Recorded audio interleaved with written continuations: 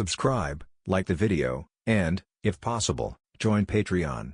But if you don't have much money, you can support the channel by watching the novels on euroaudiobooks.com. Remember that you can participate in the polls so that your favorite novel gets published for free. Synopsis. Luffy encountered a huge whirlpool while setting sail and ended up drowning inside a barrel. Muli, who had crossed over, took over this role. As the king of the background of the sea, Muli thought that this was already a great start, but he never expected that the great adventure system would descend. On this day, the sun god awakened in the east blue. The savage monkey from the Goa Kingdom is wreaking havoc in the east blue. The despicable Straw Hat Pirates have entered the Grand Line. The Straw Hat crew, known for their wickedness, destroyed the Judicial Island. The admiral of the Straw Hat fleet, Monkey D. Luffy, is approaching the Sabaody Archipelago. Under the supreme crown of the sun god, today we arrive at our loyal Mariejois. After Muli conquered the Grand Line, he faced a news interview. Now that you are the king of the world, what do you most want to say? I want to thank my crew who have accompanied me all the way. It is they who silently support me from below. The reporters looked behind Muli, where the charming and graceful girls were giggling 001 Luffy dead. I awaken the sun god. 001 is Luffy dead? I awaken the sun god. My name is Monkey D. Luffy, the man who will become the Pirate King. I have decided to become the Pirate King. Am I going to die right after setting sail? My dream will not end. Will you replace me and continue on my behalf? We made a promise. Where am I? Why is it all black? In the narrow space, it was filled with dampness and coldness.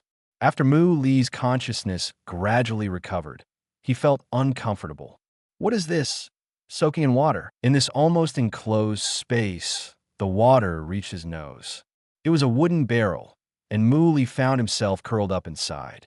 Suddenly, his brain throbbed with pain, and memories flooded in like a tide. Conversations gradually became clear. Luffy, the Straw Hat, encountered a big Uzumaki on his first voyage. Because he didn't know any navigation skills, he hid in a wooden barrel and drifted with the current. But luck did not favor him. The wooden barrel was too old, and it started to take in water. Seawater. As a demon fruit power, Luffy eventually drowned inside the barrel. I have crossed over. I am now Monkey D. Luffy. Isn't this a heavenly start? Who is Luffy? The background king of the sea. Grandfather marine hero, who achieved great feats in the Battle of God Valley, Monkey D. Garp. Father, the leader of the Revolutionary Army, aiming to overthrow the rule of the Celestial Dragons, Monkey D. Dragon. Guide, one of the current world's pirate emperors, captain of the Red Hair Pirates, Red Hair Shanks. Master, former vice captain of the Pirate King, the renowned Pluton Rayleigh. Other backgrounds are not worth mentioning. Heavenly, what kind of pirate am I still going to be? The second generation's boring life is waiting for me. Muli thought so. Respected host, welcome to use the great adventure system. A voice suddenly came into his mind. A system? Muli was slightly startled. Not only was there a background, but there was also a system. Everything can be imagined. Imagination on top of imagination. Would you like to open the beginner's gift pack? Open. Congratulations, you have obtained an awakening fruit. Awakening fruit. After consumption, it can awaken the abilities of the user 100%. It is only effective for ability users, and ordinary people can only experience a wonderful taste once they consume it. Awakening fruit? Muli was stunned. Eating it can awaken abilities? Then if I eat it, won't I become the sun god? Without time to think further, a flash of light passed through the dark wooden barrel space. The next moment, Muli had a pure white fruit in his hand. It was not a devil fruit because it didn't have spiral patterns on its surface. It looked like a small apple. Without hesitation, Muli decisively bit into it. The next moment, thump, thump, thump, thump. The sound of his heartbeat was like drumming. For some reason, Muli felt his mood suddenly improve and had an urge to laugh. His originally black hair turned snow white in that instant. A powerful force suddenly surged within his body, and the seawater in the wooden barrel seemed unable to render him powerless anymore. Straw Hat Luffy was rendered powerless by seawater. which led to his drowning. But at this moment, Muli, after awakening, had developed resistance and was no longer so afraid of seawater. Bang! With a light punch, Muli broke the wooden barrel and stood up from it. Phew! Finally made it out. He looked around and realized that he was in a warehouse, filled with various grains, drinks, and fruits. Rumble, his stomach growled, and Muli walked over to a barrel of fruits and picked up 2 to eat. Just in time, I'm hungry. As he ate, he listened attentively. He could hear screams and sounds of fighting from outside. It's the Alvida pirates, right? Muli was quite familiar with the Pirate King. The place he was in should be a luxurious merchant ship. And now, the ship was being targeted by a group of pirates, a notorious one in the East Blue. The captain, Iron Club Alvida, had a bounty of 5 million. In the weakest sea of the East Blue, the average bounty was barely 3 million. Muli shook his head and decided not to go out for now. Instead of that, let's study the system first.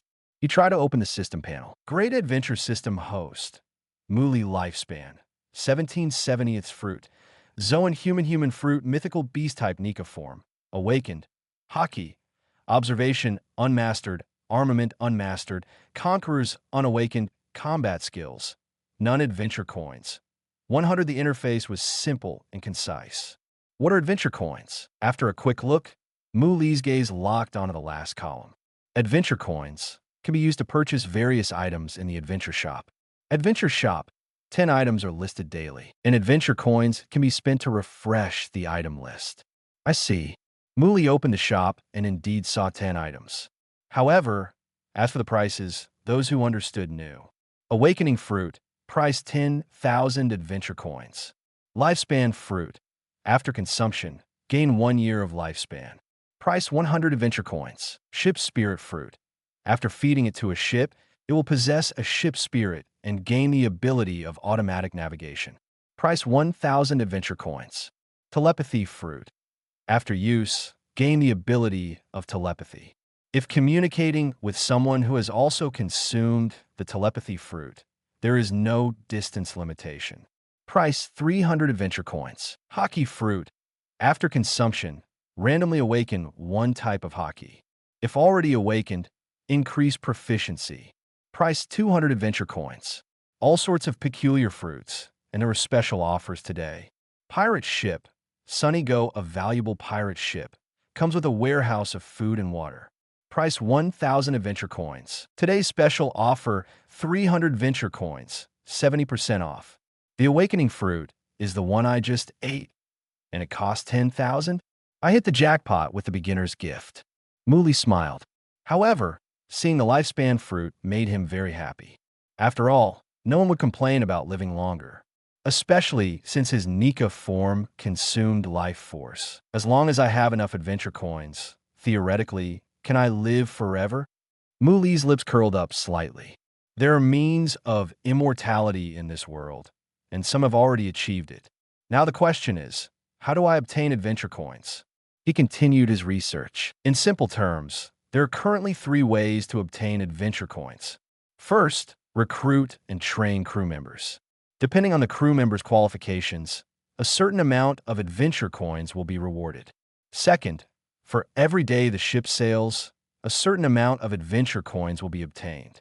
Third, landing on a new island will reward a certain amount of adventure coins. Why is it a certain amount? Because the rewards differ in the 4 seas, Paradise, and the New World. Of course, there's one more way. Fourth, completing the domination of the Grand Line rewards permanent free access to the Adventure Shop. So, they want me to become a pirate? Well, fine. I've decided to become the Pirate King. 002 Nami is recruited, and the Straw Hats are formed. Muli originally didn't want to become a pirate. With this background, who would want to become a pirate? But upon careful consideration, he realized that since he awakened the Nika form, the world government would not let him go. The Nika fruit, the fruit of the gods that the world government has been pursuing for 800 years. Even if I join the Marines, I will definitely be targeted. Muli shook his head. The best outcome would be eternal imprisonment and control. The worst possibility would be to be killed directly, and then the world government would find a way to retrieve the Nika fruit, unless he never revealed his fruit ability. but that would be too stifling. Therefore, even without the Grand Adventure system, he still had to become a pirate. Or go to his cheap old man and become the prince of the Revolutionary Army. When the revolution succeeds, he would be the true prince. Or go find his childhood sweetheart, the songstress Yuta, and go to his cheap father-in-law, red-haired Shanks, with her. Or, seriously, I have so many retreat options. My background is indeed profound. Muli smiled helplessly. He would still become a pirate. He casually threw away the leftover fruit core, filled his stomach, and touched his wet clothes. I need to find a place to change into something decent. There should be some better clothes on this ship. Thinking of this, he opened the door and left. When he walked onto the deck, he saw a group of pirates looting and carrying plundered goods. A fat woman, one hand on her hip and the other carrying a spiked club, sternly scolded, "Be careful. If you break anything, I'll deal with you." "Hey, Kobe, you answer. Who is the most beautiful woman in East Blue?" A thin boy with pink hair was struggling to hold a large barrel of alcohol. Hearing this, he trembled in fear. It's Lady Alvida. Good answer." Alvida laughed like a goose, but suddenly her expression froze. She saw Mu Li at the entrance of the cabin and narrowed her eyes slightly. "White hair, so rare. Who are you?" I'm called Mu." Mu Li couldn't help but laugh, but then change his mind. "Monkey D. Luffy, a pirate. A person shouldn't give up even their dignity, let alone a thigh.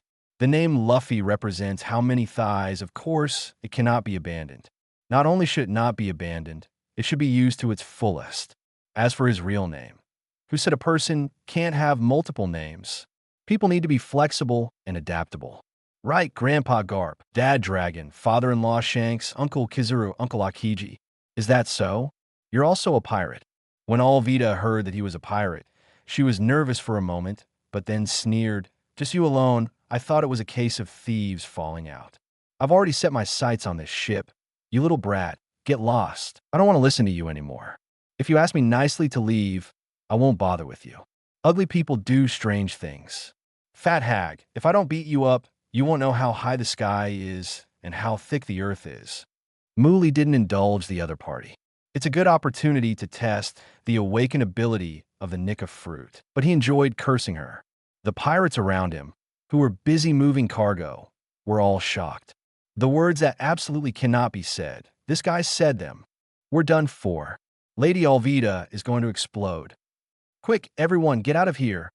The pirates scattered and quickly moved away. Alvida's face turned pale, her teeth clenched, and the veins on her forehead bulged.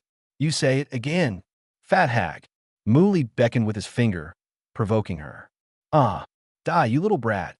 Furious Alvida, her face turning bright red, leaped into the air with her obese body, swinging her spiked club fiercely towards Muli. Seeing this, Muli swung his arm and sent Alvida's club flying, causing her to lose her grip on it. Then he kicked her in the body.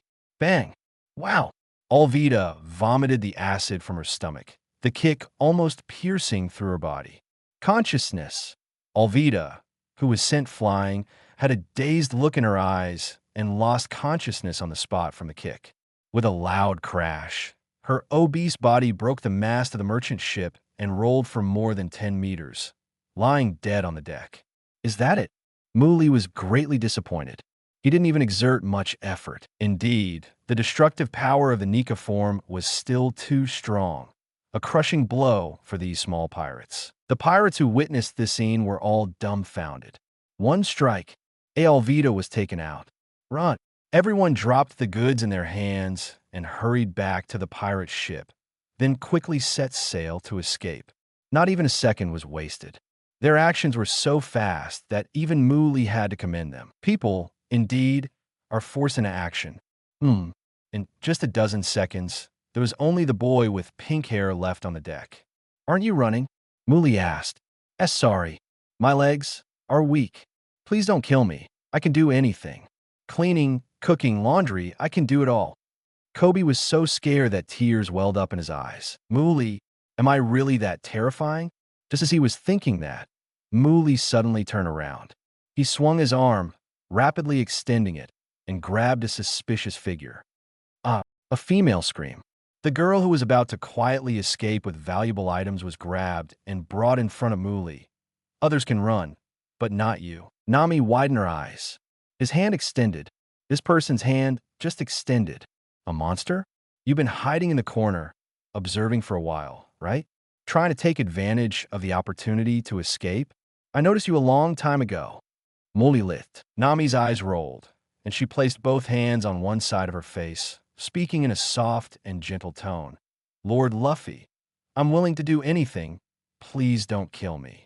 While saying this, she deliberately showed off her feminine figure, attempting to use seduction. That's what you said. Muli quickly took 2 steps back to avoid being hit by a seductive move. Very well, from now on, you are my navigator. You only have 2 choices. Nod and agree.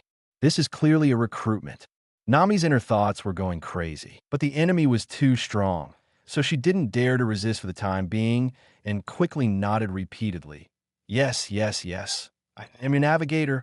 Wait a minute. How did you know that I can navigate? Muli was stunned. It wasn't because of Nami's question, but recruited crew member Nami, skilled in navigation, reward, 500 venture coins 003. Do you know who my grandpa is? 500 venture coins, equivalent to 5 life fruits, 5 years of life. Could it be that he misunderstood? Recruiting and training crew members is the main way to obtain adventure coins. Thinking of this, Muli ignored Nami's question and stared at Kobe, saying, You also have 2 choices. Yes, yes. Lord Luffy. Kobe was startled once again. Recruit crew member Kobe. Average aptitude. Reward 5 adventure coins. Muli. Hey, this is 100 times off. Is it Nami's heaven-defying aptitude? Or is Kobe just too useless? Never mind, you're fired. Muli shook his head regretfully and decisively kicked Kobe away. A worthless trash worth 5 coins. You can go be a marine admiral. Huh? Kobe was dumbfounded. Muli didn't pay attention to him and turned to look at Nami. Just as Nami was about to slip away, she immediately stopped in her tracks, tilted her head, and acted cute. Lord Luffy, I didn't plan on running away. If you run, I will catch you and bring you back. I know your hometown is Kokoyashi Village, which is currently occupied by the Arlong pirates, right? Muli said with a smile that wasn't really a smile. Nami was thunderstruck. She couldn't keep up the act anymore and reverted to her true self, widening her eyes. How do you know? A thief who specializes in stealing from pirates. I've heard of it. It's quite impressive to make a name for yourself on this sea. Muli sincerely praised. This girl was threatened by the Arlong pirates and needed to buy back her village for 100 million berries. She had been saving money all these years. Now that you know, it's easier to talk. Nami used a tone of a bad woman, even crossed her arms and put on a show. I'm a member of the Arlong pirates, sorry. I can't join your pirate crew. Oh, she's good at bluffing, quite clever. Muli wanted to laugh, and indeed couldn't hold it in, laughing out loud. What are you laughing at? Nami's face turned slightly red, feeling a hint of embarrassment. Bluffing like this wasn't the first time for her, and she had always been able to scare others away. After all, in East Blue, the name of the Arlong pirates was quite famous. She frowned and said, What's so funny? You don't know about the Arlong pirates? Captain Arlong, a fishman with strength 10 times that of a human. His bounty is even as high as 20 million berries. She's not in the same league as the fat woman you just defeated. Muli couldn't hold it in anymore, laughing until his stomach hurt. He was used to bounties in the hundreds of millions, billions, or even tens of billions, so suddenly hearing 20 million felt nostalgic. The more he laughed, the more annoyed she became. Nami was completely at a loss, not understanding what this person was laughing at. Sorry, I couldn't help it. I wasn't laughing at you. After a while, Muli finally calmed down his laughter. It wasn't intentional, probably the effect of the Niku no Mi. His sense of humor had lowered. Nami, she bit her lip, glaring angrily at him. You misunderstood, Muli patiently explained. After all, a woman worth 500 coins is different from a piece of garbage worth 5 coins. I want you to join my pirate crew. It doesn't matter if you are a member of the evil dragon pirates. Even if you are, as long as we defeat this pirate crew, it will be fine. Upon hearing this, Nami was stunned. What are you saying? That's a pirate crew composed entirely of fishmen. Except for me. Are you asking me to go and get myself killed for your sake? Do you know who my grandfather is? Muli didn't explain how strong he himself was. Even if he did, Nami probably wouldn't understand. But when it comes to grandfathers, it's different. Your grandfather? Marine hero, Naval Headquarters Vice Admiral, Monkey D. Garp. With just a word from my grandfather, he can wipe out a small pirate crew 100 times over. What does background mean? This is what background means. Background is something you use to show off. As long as you show it, many problems can be solved. Nami was indeed shocked. A Marine Vice Admiral, and one from the headquarters. This is a big shot. If he is willing to help, the village's problems can probably be easily resolved. Nami's eyes lit up, and her expression became excited. Are you telling the truth? So, are you willing to be my honest navigator now? Muli teased. Nami's expression changed. Wait, your grandfather is a Marine, but you came to be a pirate? Don't lie to me. Damn it, I almost fell for it. You can't trust a man's words. Muli shrugged. You don't believe me? I don't. Muli pointed to the unconscious Alvida beside them and said, this woman is worth 5 million berries. We can take her to the nearby Marine base and collect the reward. When we meet the commander of the Marine base, we'll immediately know if it's true or not. That's true. But what if it's a trap? They lure her to the Marine base and then capture her? That doesn't seem right. This guy is pretty strong. If they wanted to capture her, they wouldn't need to go through all this trouble. So, Nami nodded eagerly. If it's true, I'm willing to join your pirate crew. Unless you voluntarily let me leave, I will be your navigator forever and never betray you. Then let's go. Muli smiled. Wait, where's your pirate ship? Nami looked around, but didn't see any ship. Speaking of a pirate ship, Muli opened the adventure shop. Pirate ship, Sunny Go. A valuable pirate ship comes with a warehouse of food and water. Price, 1,000 adventure coins. Today's special offer, 300 adventure coins. Bought it. Discounted price, can't miss it. Now I have 600 adventure coins, enough to buy it. As for why it's 600 and not 605, because I kicked out Kabi, the 5 coins that were originally rewarded were taken back. The system doesn't give any loopholes. 0 for Nami. You are really good at calling people. Spending 300, I happily acquired a ship named Sunny. Muli was also curious about how the boat he bought would appear. Could it be like the devil fruit, suddenly appearing and ending up in his hands? Soon, he had an answer. It's a ship. Kobe was the first to notice the anomaly on the sea. Muli and Nami looked over together. They saw a pirate ship with a straw hat flag slowly approaching them on the sea a few hundred meters away. Straw hat? Nami looked at the ship, then at the straw hat on Muli's head. Is that your ship? No, it's our ship. I haven't officially agreed yet. Not until I confirm that your grandfather is a vice admiral. Nami glared at him. Grandfather, you're really something. Even from thousands of miles away, you helped me recruit my first crew member. Muli chuckled lightly and instructed Kobe. Bring that fat woman up. Yes, Lord Luffy. Kobe was on the verge of tears, leaving the wolf's den and entering the tiger's mouth. However, his small arms and legs obviously couldn't move Alvida, a woman of that size. In the end, did they think it was Muli? Muli would never do it himself. In the end, it was Nami and Kobe working together to move Alvida onto the Sunny. You really know how to boss people around. Nami, covered in sweat, walked into the activity room of the Sunny and saw Muli lying on a comfortable sofa, holding a drink in his hand. You've worked hard. Muli raised his eyelids, glanced at her, and smiled. There's a bathroom on the ship. That room is yours. Feeling sticky all over, Nami didn't refuse either. She found a room with a bathroom, quickly locked the door, and let out a sigh of relief. This guy doesn't seem like a pirate. Nami entered the bathroom and started bathing, her mind constantly pondering. She had been a thief since she was very young. She had seen all kinds of pirates. Muli didn't give her the feeling of a pirate at all. Pirates in general weren't so easy to talk to. They were usually very fierce outlaws. If what he said is true, as long as I report the village's situation to the naval headquarters, it should be solvable. Arlong can't possibly be a match for a vice admiral, right? Nami, who had limited experience, now believed that they needed a vice admiral to deal with those fishmen. It would be great if it could be resolved. Activity room. Muli opened the adventure shop again. There are 300 coins left. Might as well spend them. After scanning today's items, he finally chose 2. Haki fruit. After consumption, randomly awaken one type of haki. If already awakened, increase proficiency.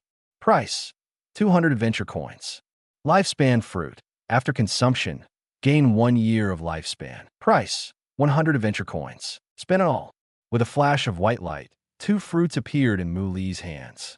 The fruits were small, without spiral patterns, only different in color. The lifespan fruit was red, and the haki fruit was black. By the way, let's review some knowledge. Awakened fruits are white.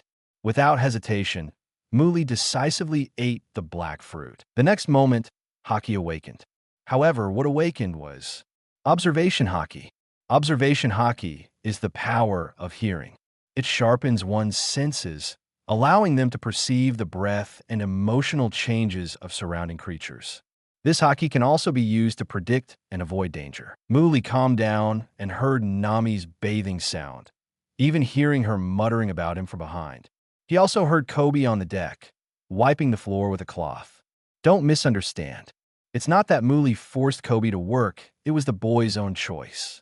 Perhaps he thought that if he didn't show any value, he would be killed. In any case, Muli let him be. When we arrived at the marine base, we sent the person away. The color of observation is quite impressive. With advanced training, one can even foresee the future. Muli deactivated the color of observation and didn't want to continue listening, mainly because the sound of Nami taking a shower was annoying and easily led to improper thoughts. Looking at the Op Nomi in his hand, Muli exited his room for him. As soon as he exited, a strong feeling of weakness came over him. I knew it would be like this. Luckily, I prepared in advance. He quickly ate the Op Nomi, and the life force that was consumed was replenished in an instant. There was even a surplus. Half an hour later, Nami, who had finished showering, wiped her wet hair with a towel and entered the activity room. Luffy-san. No need to be so polite. You can call me Luffy, Captain, or Muli. Muli waved his hand. Lee. Nami was taken aback. She could understand the first 2 titles, but what did the last one mean? Speaking of which, what happened to your hair? Do you want to know? Nami rolled her eyes, temporarily not thinking too much about it. She sat down and took out a sea chart, pointing to a coordinate and said, Luffy, we need to go to the nearest marine base, right here, Marine Branch 153. Branch 153? Muli furrowed his brows slightly. He felt like he had some impression of it. What's wrong? Nami noticed Li's expression and asked nervously. This guy wouldn't go back on his word, right? It wouldn't be a lie, would it? Don't give people hope and then shatter it so easily. Muli easily understood Nami's emotions and couldn't help but smile. I just feel like it sounds familiar. This branch is quite famous. Nami breathed a sigh of relief. The base commander of the branch is a Marine colonel named Monka. So is that place. Muli thought to himself. This could be considered a coincidence. That place also had a wild green algae head. To be honest, Muli didn't really want to invite male crew members onto the ship, but considering future battles, it was probably inevitable to have male fighters. Well, let me think about it. Let's form a big fleet and buy a few more ships.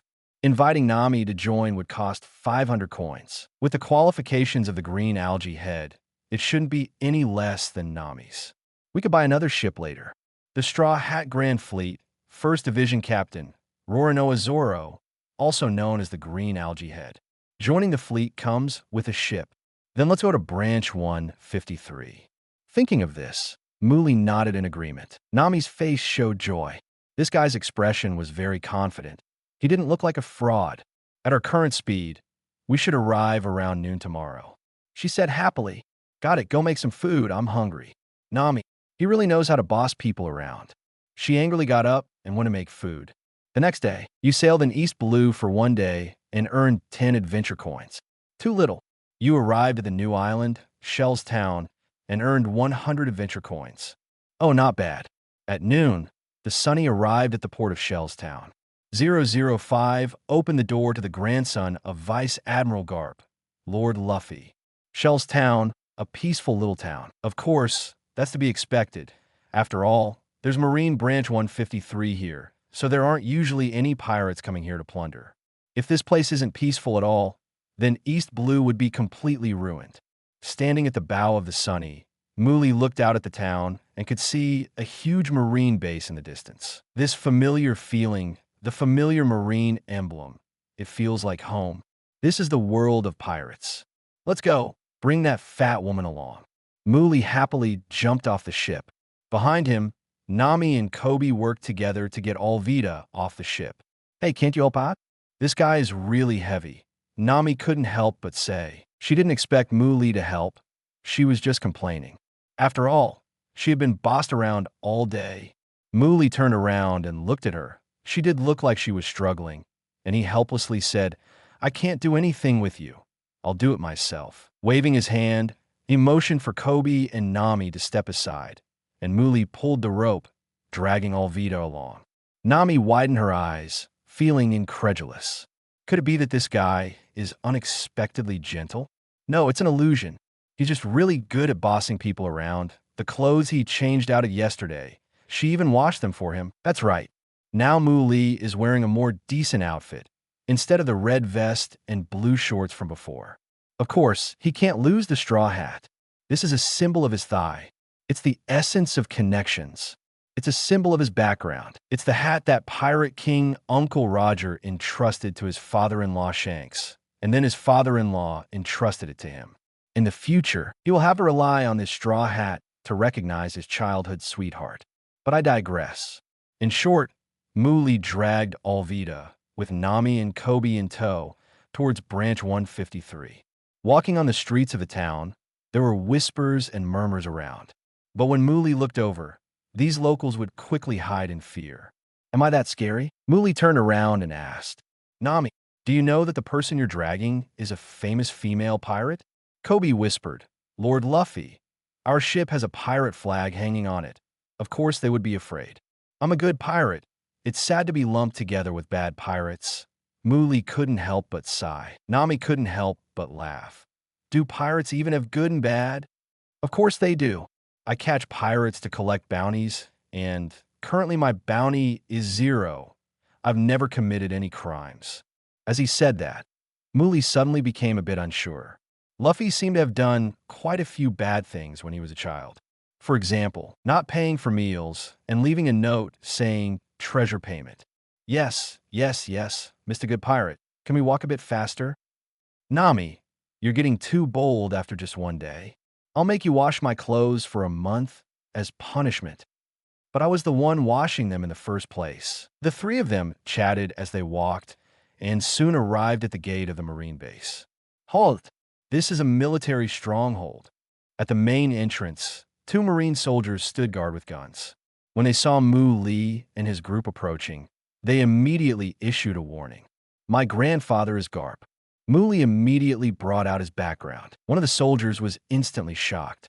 The reaction of the other soldier, however, was completely different, and he issued another warning. Who cares about your grandfather? If you don't want to die, get away. Why are you pulling me? He looked at his colleague. His colleague whispered, Garp, Vice Admiral Garp. Vice Admiral? He didn't know Garp, and he had never heard of this name, but he understood the words Vice Admiral and was instantly shocked. His colleague whispered again, Marine Hero, Naval Headquarters Vice Admiral, Monkey D. Garp, they don't even know? The soldier swallowed his saliva and looked at Muli again. His eyes suddenly changed. He forced a smile and said, may I ask for your name? Monkey D. Luffy. Luffy-sama. Please wait. I will report to Colonel Monka immediately. The soldier saluted abruptly, turned around, and ran into the base.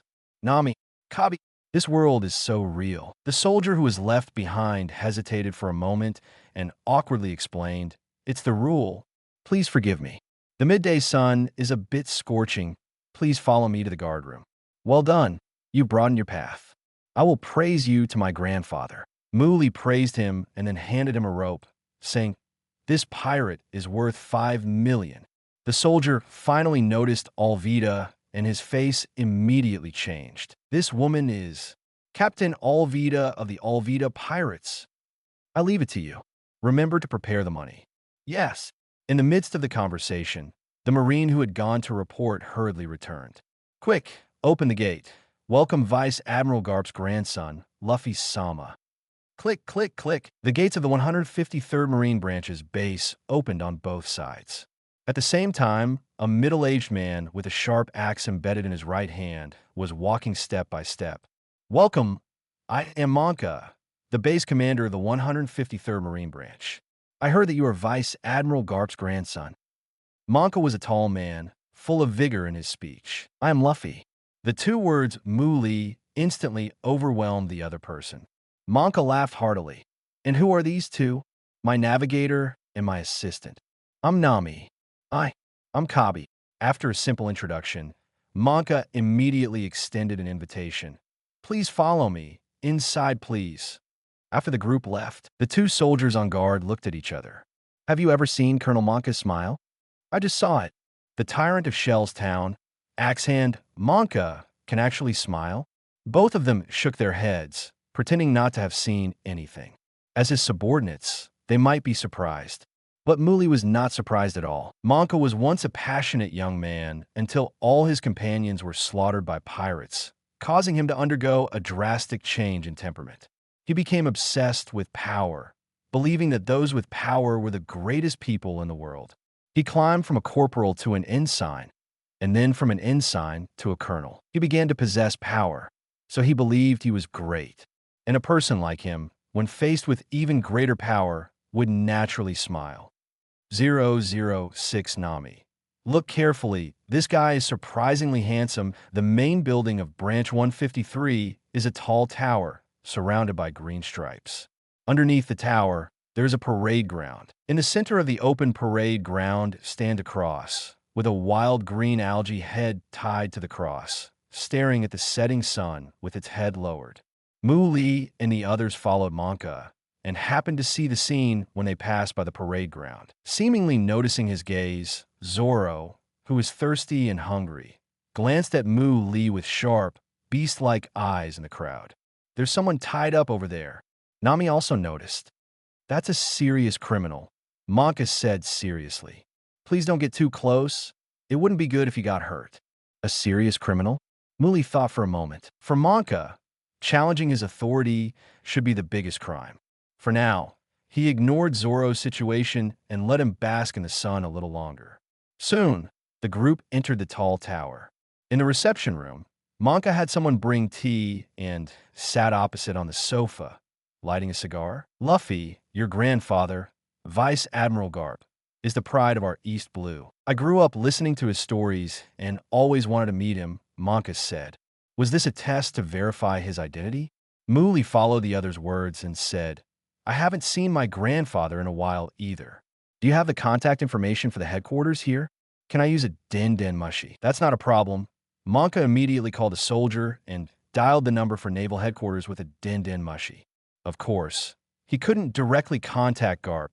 The difference in rank was too great. The colonel of the branch automatically lowered his rank by 3 levels when meeting a colonel from headquarters, not to mention a vice admiral from headquarters. If you calculated it, there was a difference of 6 ranks. Therefore, Monka could only contact the intelligence department of naval headquarters first, report the situation to them, and then hang up the phone. Afterwards, he said to Mu Li, your grandfather, Mr. Garp, will call back soon. As soon as he finished speaking, the sound of the Den Mushi rang out. Mu Li picked up the receiver of the Den Mushi, but before he could speak, a hearty laughter came from the other side. Ha ha! Luffy actually took the initiative to contact me. I'm glad, grandson. Oh, grandfather. Luffy, why aren't you in Windmill Village? Why are you at Branch 153? I went out to sea and happened to encounter a little pirate named Alvida, so I caught her and claimed the bounty. You brat, you went to become a pirate? Garp understood his grandson's temperament very well. As soon as he heard the words, went out to sea, he knew what had happened. Then, a roar came from the Den Mushi. You stupid grandson, you're supposed to follow your old man and become a marine. You're destined to become a marine admiral. What pirate? That red hair BD. His voice was too loud, and the din mushy perfectly imitated his expression and attitude. So Mooley had to hold the receiver a little further away. A face that said Subway, Old Man, Cellphone.jpg. Beside him, Nami found it both funny and envious, recalling her own mother when she was a child. At the same time, her heart completely settled. It wasn't a lie after all. Kokoyashi village was saved. Whether it was because of power and status, looking closely at this guy's profile, he unexpectedly looked handsome. Nami thought to herself. At this moment, a marine soldier quietly entered and whispered to Monka's ear. Colonel Monka, the pirate brought in by Luffy, has woken up and is rampaging in the prison. We can't suppress him. Monka was slightly surprised. With a bounty of 5 million, he was quite famous in the East Blue, where the average bounty was 3 million. This was an accomplishment that he had achieved, and he couldn't afford any problems. Immediately, he got up and said to Mooley, I have something to attend to. Excuse me. Mooley nodded while talking to Garp. After Monka left, there was a loud bang as the door to the reception room was pushed open, and a young man with a chin on his butt rushed in. Dad, I heard that there's... He saw Mooley. Mooley turned his head and glanced at the man, saying to Garp, Grandpa, I have something to attend to. Goodbye. Without giving Garp a chance to say more, he hung up the din mushy. Then he got up and walked toward the man. The man with the chin on his butt took a step back, seemingly intimidated by the aura, and became a bit nervous. I am Colonel Monka's son, Barumbaru. Who are you? My grandfather is a vice admiral at Marine headquarters. Instant kill. Barumbaru opened his mouth, and his chin dropped to the ground. Mooley reached out and hooked the man's shoulder, forcefully dragging him to the window, pointing to the training ground outside. That person who is tied up, the swordsman of the three-sword style, the pirate hunter, Rorinoa Zoro. Yes. Barumbaru dared not resist. Where is his sword? In my room. Barumbaru smiled awkwardly and immediately started thinking. This kid's grandfather is a vice admiral at Marine headquarters, not any less impressive than his own dad. If he establishes a relationship with him, not only will he be able to walk sideways in Shell's town, but also in any Marine base in the East Blue. The next question is, how can he establish friendship? No, what kind of posture should he use to lick? Take me there. Mooley turned to Nami and instructed, I'll be right back. Yes, Nami obediently responded, like a well-behaved girlfriend. However, as soon as Mooley took Barumbaru and left, Nami immediately stood up from the sofa. Kabi whispered, Miss Nami, where are you going? The restroom. After leaving the reception room, Nami quickly took action. There have been rumors recently about a navigation chart for the Grand Line, and it has fallen into this base. Where would such an important thing be kept? The treasury? The colonel's office? As a professional thief, Nami easily found the place. In Monka's room, there was a hidden safe embedded in the wall, and when she opened it, she indeed saw a scroll of the sea chart. I found it 007. Do you know who my father-in-law is? Training ground. Zoro tried to slow down his breathing rhythm to reduce the frequency of his breaths. What day is it? Almost 2 weeks? Still halfway to go. The noon sun was scorching, and sweat stains on Zoro's temples had almost soaked through his collar. Suddenly, a shadow extended from the front to his feet. Zoro looked up and saw a young man wearing a straw hat. It's you. He recognized him, having caught a glimpse of him before. Give the swords back to him, Mooley said to Bello Betty, who had followed behind. All right, young Master Luffy. Bello Betty transformed into a lackey and quickly threw the 3 swords he held to the ground in front of Zoro. At the same time, he changed his appearance, tilting his nose up towards the sky. Be grateful, Rorinoa. Young Master Luffy has spared you from your punishment. Young Master Luffy? Who is this important person? What does this mean? Zoro's gaze hardened.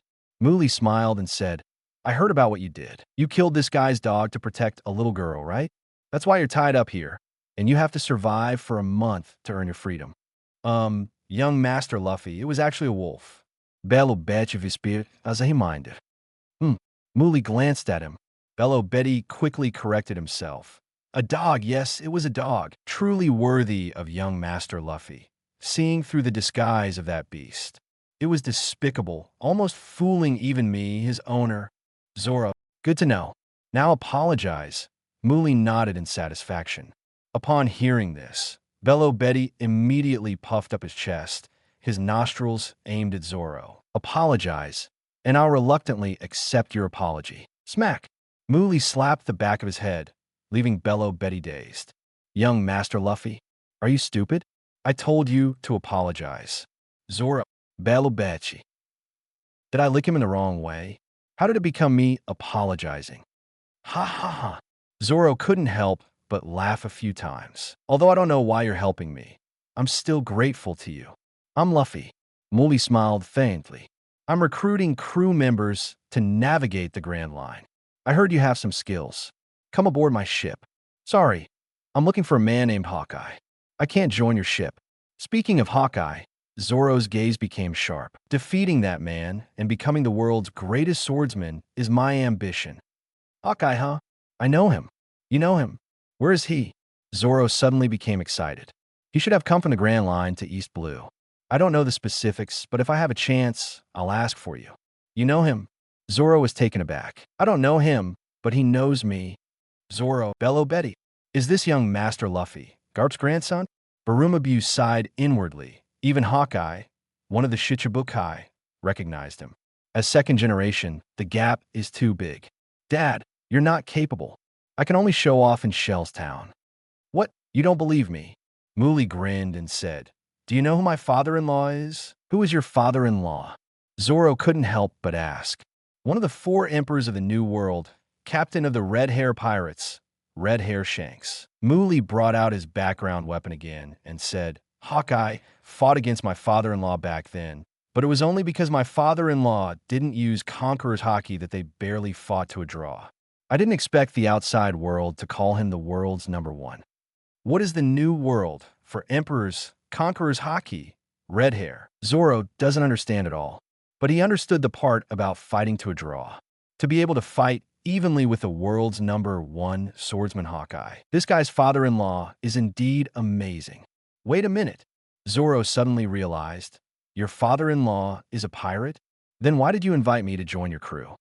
Of course, it's to join my Straw Hat Pirates. You're a pirate? You're a pirate? The one who exclaimed in surprise was Barumabu. He stared in disbelief, wondering why he would become a pirate when he already had a vice admiral grandfather. Is he an idiot? Muli couldn't be bothered with the shocked lackey and said, What do you think?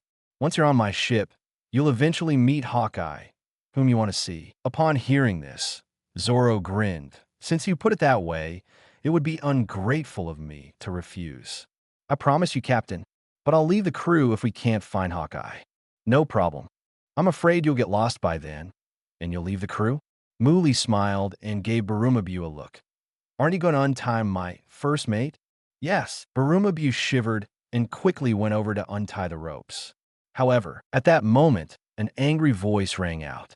What are you doing? Hearing the familiar voice, Barumabu was startled and turned to see Vice Admiral Momonga. Dad! Seeing his father's grim face, he quickly distanced himself. It's all Luffy-sama. No, it's the pirate Luffy who forced me to do it. He's a pirate, Dad. Please save me. He ran towards his father, as if returning to his nest. Seeing his son running towards him, Momonga threw a fierce punch with his left fist. Plop! Barumabu was punched in the cheek, his whole body spinning 720 degrees in the air before crashing into the wall with a bang. Did you misunderstand something? It's your great father who is amazing, without my permission, who allowed you to release prisoners on your own. Momonga snorted coldly, then turned his gaze to Mu Li, softening slightly. Luffy Dano, do you have anything to explain? I should remind you not to approach this dangerous criminal casually. After a pause, he added, And you claim to be a pirate. Alvida also said you're a pirate. What does that mean? Upon hearing this, Muli's mouth slightly curved upwards. I received reports from the public, Momonga. You have been cruel and arbitrary on this island, abusing your power for personal gain. Now, drop your weapons and surrender obediently. I will mention it to my Vice Admiral grandfather and try to get you lenient treatment. 008, I'm a pirate. How did I become the boss of Marine? Mercy. Monka laughed furiously. If it weren't for Garp, or more accurately, for the sake of his reputation as a vice admiral, he wouldn't bother with this brat. You shouldn't provoke me, Garp's grandson. Today, I will educate you on how to speak to your elders. Monka waved his hand, and the Marines behind him immediately took a few steps forward. Click, click, click. The dark muzzles of the guns were aimed at Muli. Guns? These are not just props to scare people. Muli smiled. Want to try shooting? Do you dare? Upon hearing this, Monka's facial muscles twitched violently. Too arrogant. Indeed, just a second ago, he hadn't thought about shooting anyone.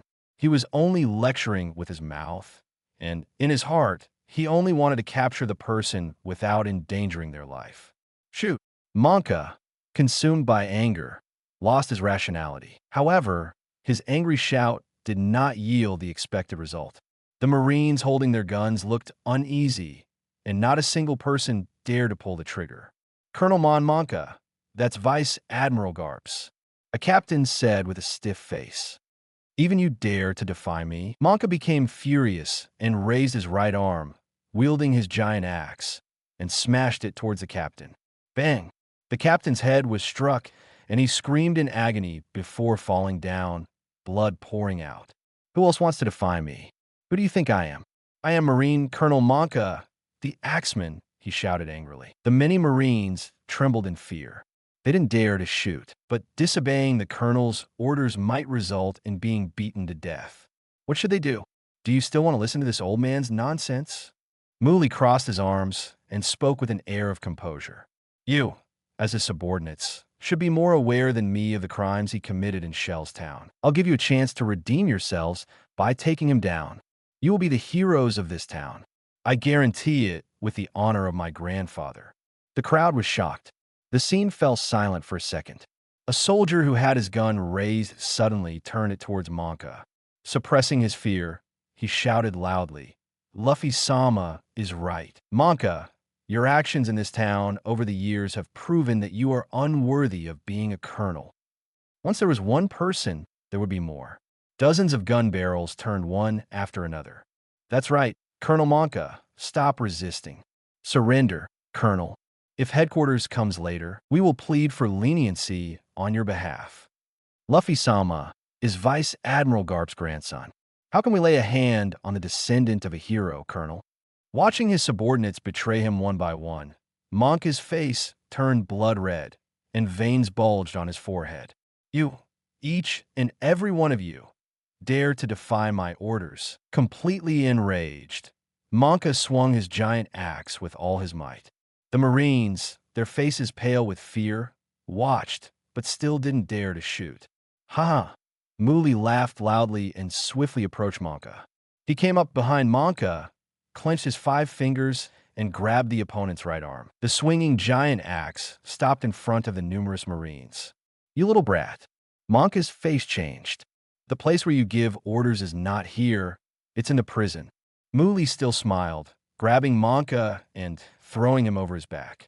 Monka's tall body heavily fell onto the ground of the training ground. His occiput hit the ground first, making a loud bang, and the ground cracked from the impact. Monka groaned, immediately rolled his eyes, and fainted. Tisk, with this level of skill, you can still become a colonel? East Blue is truly too peaceful.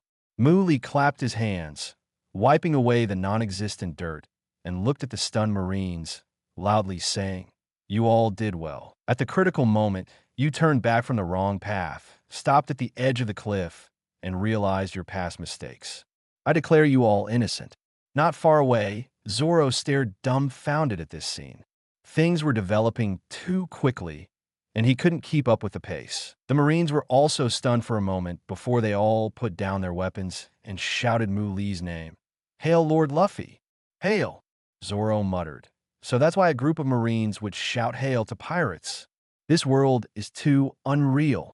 Shortly after, inside the tower, Monka's office, Muli sat on the colonel's throne, listening to the report from the Marine soldiers.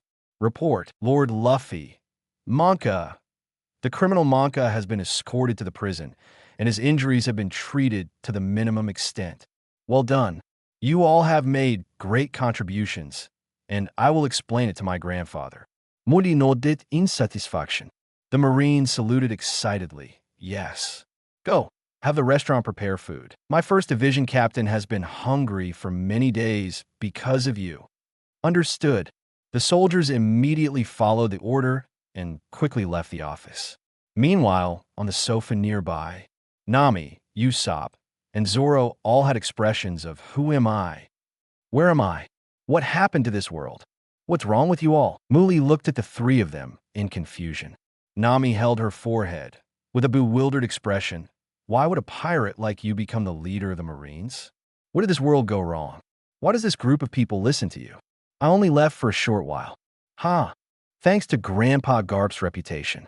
Muli laughed, picked up an apple, took a bite, and said, "We're just getting started. Tomorrow, I will lead this group of Marines to attack the evil dragon pirates." The three of them were completely speechless. A pirate leading the Marines to attack another group of pirates? Is this some kind of April Fool's joke? 009 Garp, who protects the calf, earns 700 coins. The reason why the Marine soldiers of the 153rd branch listen to Mu Li's words is ultimately because of Garp. As a Marine hero, East Blue is Garp's hometown. In this place, the title of Vice Admiral Garp is probably more useful within the Marine system than that of an admiral. At this time, in the Grand Line, at Naval Headquarters, Marine Ford, on the top floor of the massive fortress, is the office of the admiral. "Garp." Sengoku hung up the phone, his face darkened. "Your grandson has turned the local Marines in the 153rd branch of East Blue against their commanding officer and taken them down." "Ha ha ha, my grandson never fails to impress." Sitting on the couch, Garp ate sanbei, and upon hearing this, he laughed so hard that tears were about to come out. "Well, don't worry, Sengoku. I know Luffy's temperament very well. Besides, it's probably because that officer was corrupt." Sengoku's eyelid twitched fiercely. It was because of this that he had a headache. "We don't know the specific details yet. We need to send someone to handle the aftermath." He didn't know what kind of useless person the base commander of that branch was, to be taken down by his own subordinates in their own headquarters. It's likely that his subordinates have been very dissatisfied with him for a long time. Otherwise, this situation would be hard to explain. After all, Garp's grandson is not a superior officer, so it would be difficult for people to obey his orders. "Have some sanbei. As for East Blue, I'll take care of it." Garp stood up, placed half a pack of sanbei on the table, and laughed as he turned to leave. "Oh, and tell Xiaoa not to leak this information. Treat it as confidential." Xiaoa, Vice Admiral He, the Chief of Staff at Naval Headquarters, is in charge of Marine's Intelligence Department. Sengoku watched Garp leave the office and quickly understood. Protecting his own son, strictly speaking, this matter is considered a military rebellion. As the mastermind, Muli having a bounty of several million berries is normal. This BD, he said he would handle it, but he went to East Blue to see his grandson. Sengoku, feeling annoyed, picked up a sanbei and started munching on it. 153rd Branch, cafeteria. Zoro ate meat and drank heavily. After being hungry for so many days, he could finally have a good meal. Nami held a glass of juice and absent-mindedly bit on the straw. Muli glanced at her. "What's wrong?" Nami whispered. "I found a navigation chart in Monka's bedroom. I thought it was a chart of the Grand Line, but it turned out to be a criminal record left by the pirate captain Joker Buggy. Why did you go and steal? Look for a navigation chart. The situation in Kokoyashi village will be resolved soon, and Nami no longer needs to steal to save money. Didn't you say you wanted to go to the Grand Line? I recently heard about a navigation chart like that, which ended up in this base. So I thought I'd give it a try." Nami sipped her juice and gave him a disdainful look. Muli was taken aback for a moment, then leaned in close to her ear and chuckled. "Oh, you really are a reliable navigator, Mississippi." Nami's ears turned red. Too close. She just felt that Muli had helped her a lot, and she should repay him. She quickly moved her buttocks, distancing herself a bit. That annoying captain. She wanted to help him, but he turned around and flirted with her. "Luffy-sama, news about Monka's imprisonment has been announced throughout the town." At this moment, a soldier came to the restaurant and respectfully reported. "Understood. Tomorrow morning, Let all the residents of the town participate in the public trial assembly. Yes. After the soldier left, Nami couldn't help but be curious and asked softly, "Public trial assembly? What is that for?" To cover their tracks.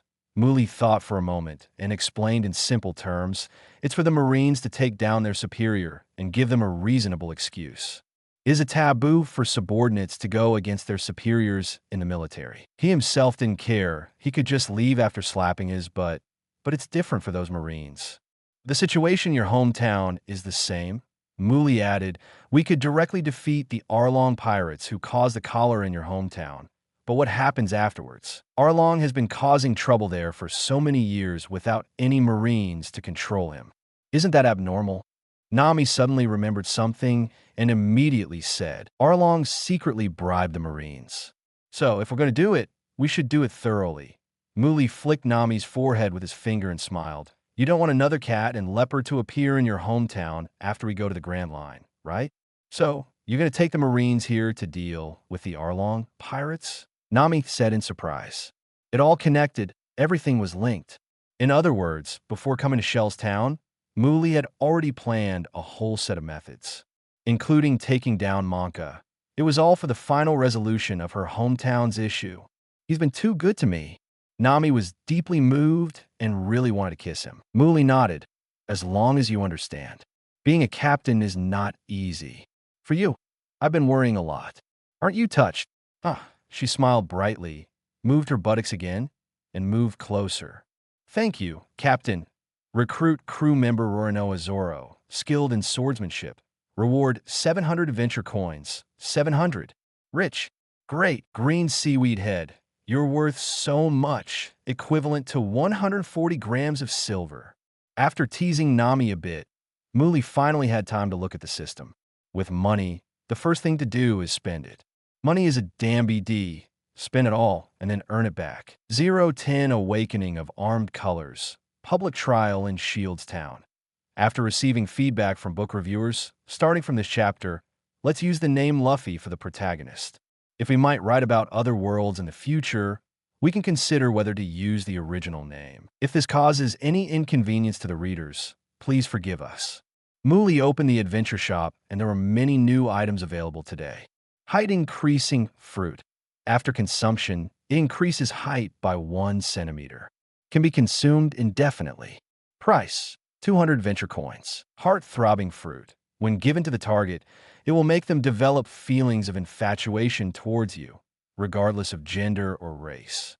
Price, 2,000 adventure coins. Strength fruit. After consumption, it increases one's own strength by a certain amount. Price, 100 adventure coins. Hockey fruit. Omitted, 200 adventure coins. Lifespan fruit. Omitted, 100 adventure coins. The height-increasing fruit is 200, and the hockey fruit is also 200. Does 1 centimeter of height equal 1 awakening of hockey? Muli, no, Luffy realized. The items sold in the adventure shop should be quite cheap in terms of improving one's strength, except for the awakening fruit worth 10,000 coins. But strangely, the prices for various other fruits are much higher. He glanced at his savings. Adventure coins, 810. I need to save some to buy a new ship, but unfortunately, it didn't refresh today. I should focus on improving my strength first, even though my height is my weakness, but I can only endure it and deal with it later. Luffy's height is only 174 centimeters. If this were in the previous world, it would be considered average, but in the world of pirates, it seems a bit short. You can eat slowly. I'm going to the training ground. Thinking of this, Luffy greeted Nami and left the restaurant. Soon, he arrived under the sun and decisively bought a hockey fruit. Minus 200 adventure coins. Luffy ate it in one bite. In an instant, a new power surged within him, and knowledge about armament hockey quickly awakened, as if he had always possessed it. So, this is armament hockey. He raised his arm, clenched his fist with his right hand, and a layer of black color appeared in his gaze, staining his fist. Armament hockey is a hockey that can enhance one's defense and attack power. At the same time, when facing a Logia-type Devil Fruit user, it can grab hold of the opponent's true body. In its advanced stage, it can gather armament hockey on the hands or weapons and release it, like a shockwave that can send enemies flying, or it can form an invisible protective barrier. In an even higher stage, called emission, it can penetrate the surface of objects and cause internal destruction. As for whether there are even stronger stages, Luffy currently doesn't know. In any case, it is a very powerful ability. After familiarizing himself for a moment, Luffy walked to the center of the training ground, squatted down, and lightly smashed his fist into the ground. Boom! Although he used only a small amount of strength, the ground was instantly covered in cracks, and a large piece collapsed where he struck. Not bad. Luffy nodded in satisfaction. The next day, early morning, Branch 153, training ground. The residents of Shell's Town had gathered here early. Hey, Bennick, have you heard? Yeah, the Marines said that Monka was captured. A man named Luffy came yesterday. He said his grandfather is a high-ranking officer at the naval headquarters. He found out about Monka's situation and had that tyrant taken down. That's great. The naval headquarters is still reliable. Monka is just a troublemaker. There's going to be a public trial for Monka today. I wonder what it means. Whispering. Fortunately, there are Marines maintaining order around, so there shouldn't be any major problems. In the center of the training ground, Luffy ordered his men to quickly set up a wooden judgment platform overnight. On the platform, there was a table with 3 chairs behind it. Silence. Luffy is here. Suddenly, a captain announced loudly. The scene immediately fell silent. Everyone looked up, trying to find Luffy, curious about what this important person looked like. 4 figures walked in from outside the training ground. Luffy was dressed in a black suit and smiled as he waved to the crowd. Zoro and Nami followed behind him, along with a small transparent creature, Kabi. Is that Luffy? So handsome. He has such charisma. No wonder he's from a high-ranking family. Luffy activated his observation haki and listened to the praise from the crowd, his smile growing wider. If you can talk, then say more. There's nothing else. I just love listening. He walked up to the judgment platform, and a soldier brought a din mushi for amplification. Good morning, brothers and sisters of Shell's Town, uncles and aunties. You may not know who I am, so let me introduce myself. My name is Monkey D. Luffy, Vice Admiral of the Naval Headquarters and the grandson of Marine hero Garp. As an outsider, Luffy chose a more approachable title to communicate with the public. He quickly closed the distance. His introduction instantly stirred up the previously quiet crowd. Vice Admiral Garp? Is it that Garp? Marine hero Garp. He's the pride of East Blue. So he's Mr. Garp's grandson. No wonder he's extraordinary. The descendant of a hero must also be a hero. Listening to the chaotic voices, Luffy raised his hand and made a few gestures to quiet everyone down before continuing.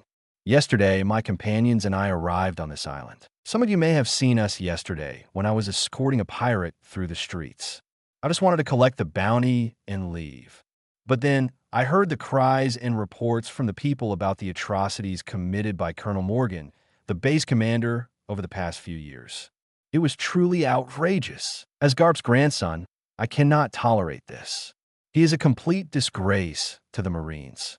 So, I immediately rallied the soldiers who had the will to resist and successfully took down this beast. Upon hearing this, the crowd erupted in enthusiastic applause. Long live Luffy! Long live Vice Admiral Garp!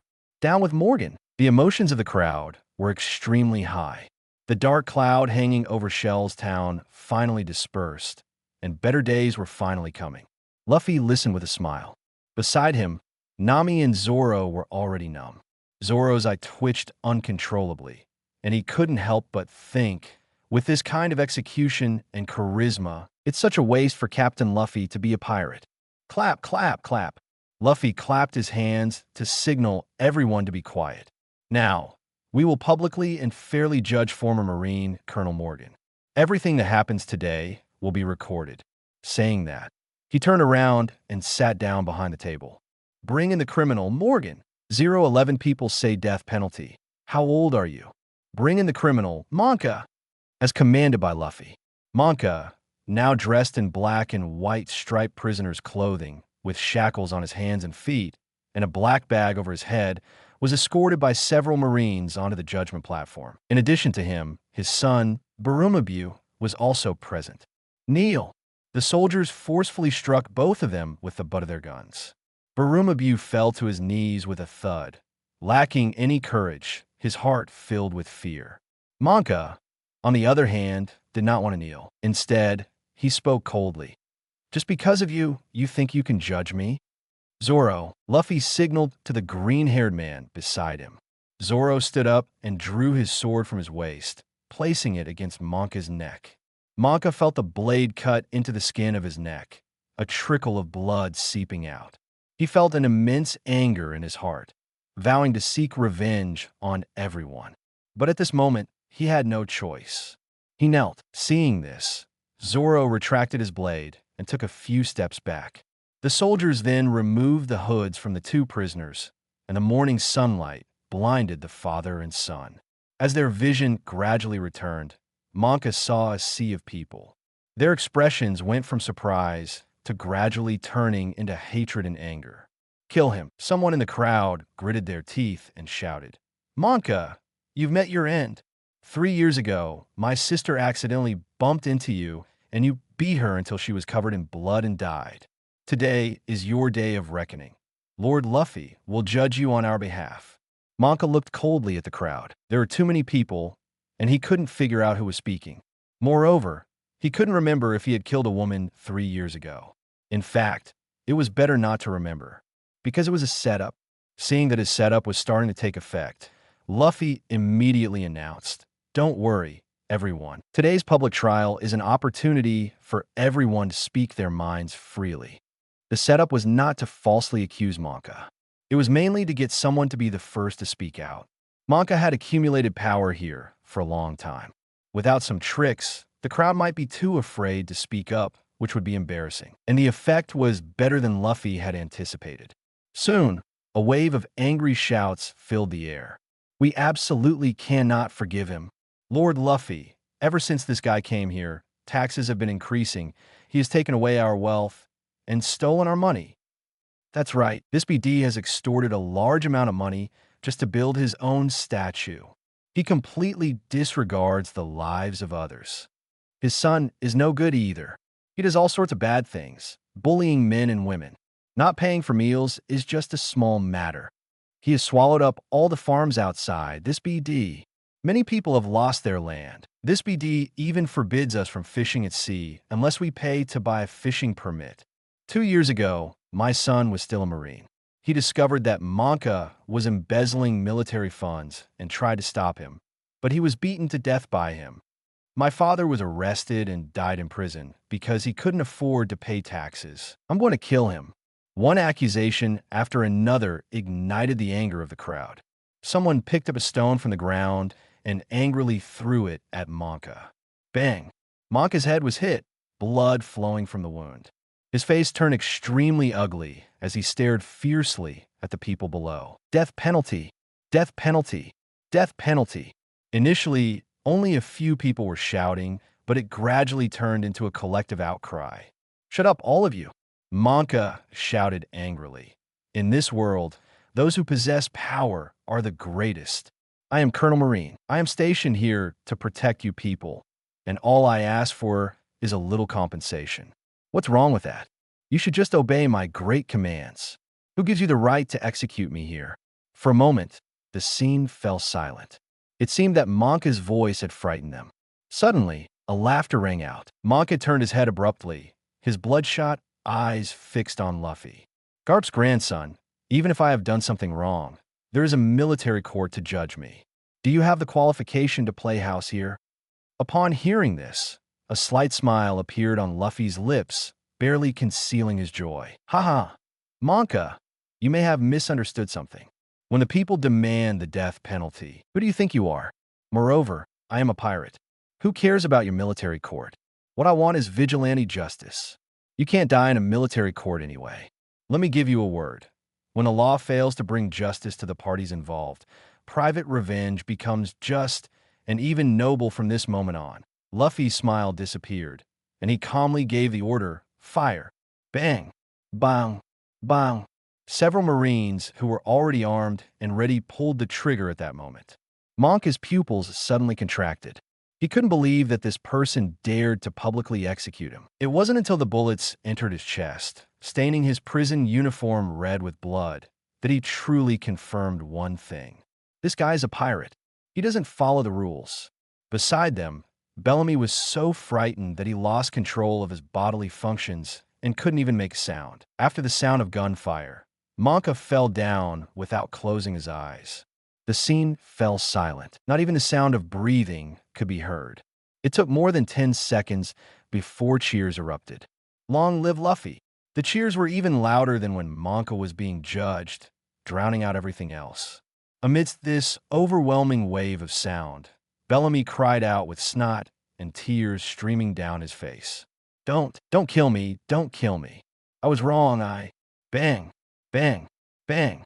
Another round of gunshots, and he died too.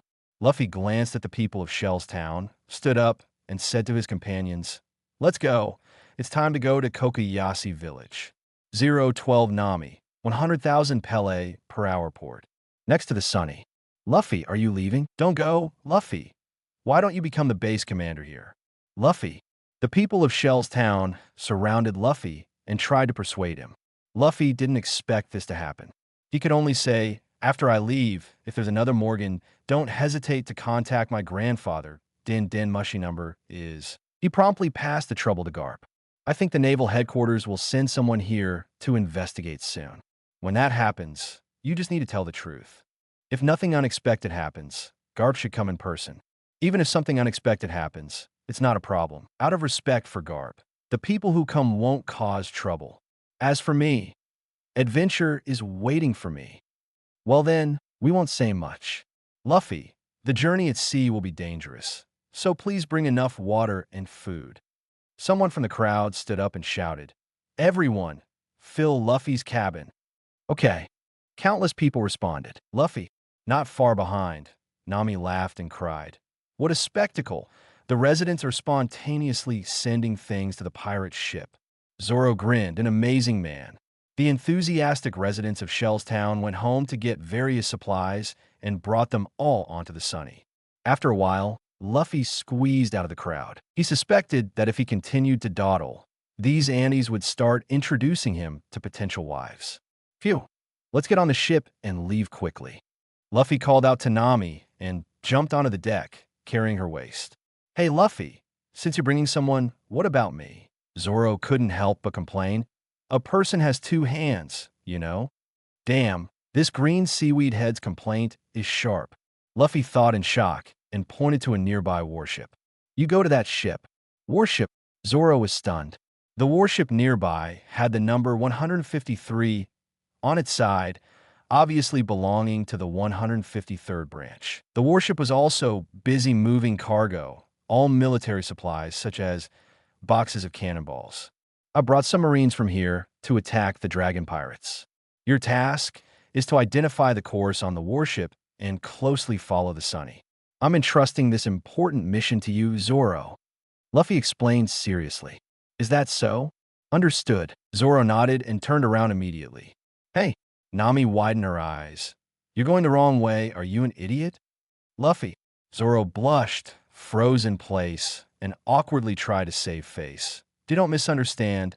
I just wanted to take a walk over there. Forget it. Let's hurry and set off. This time, he finally got the direction right. Zoro grabbed the rope of the warship and climbed up in a few steps. Mr. Zoro, a sergeant saluted and reported, Everything is ready. We can depart at any time. Oh, just follow the ship in front.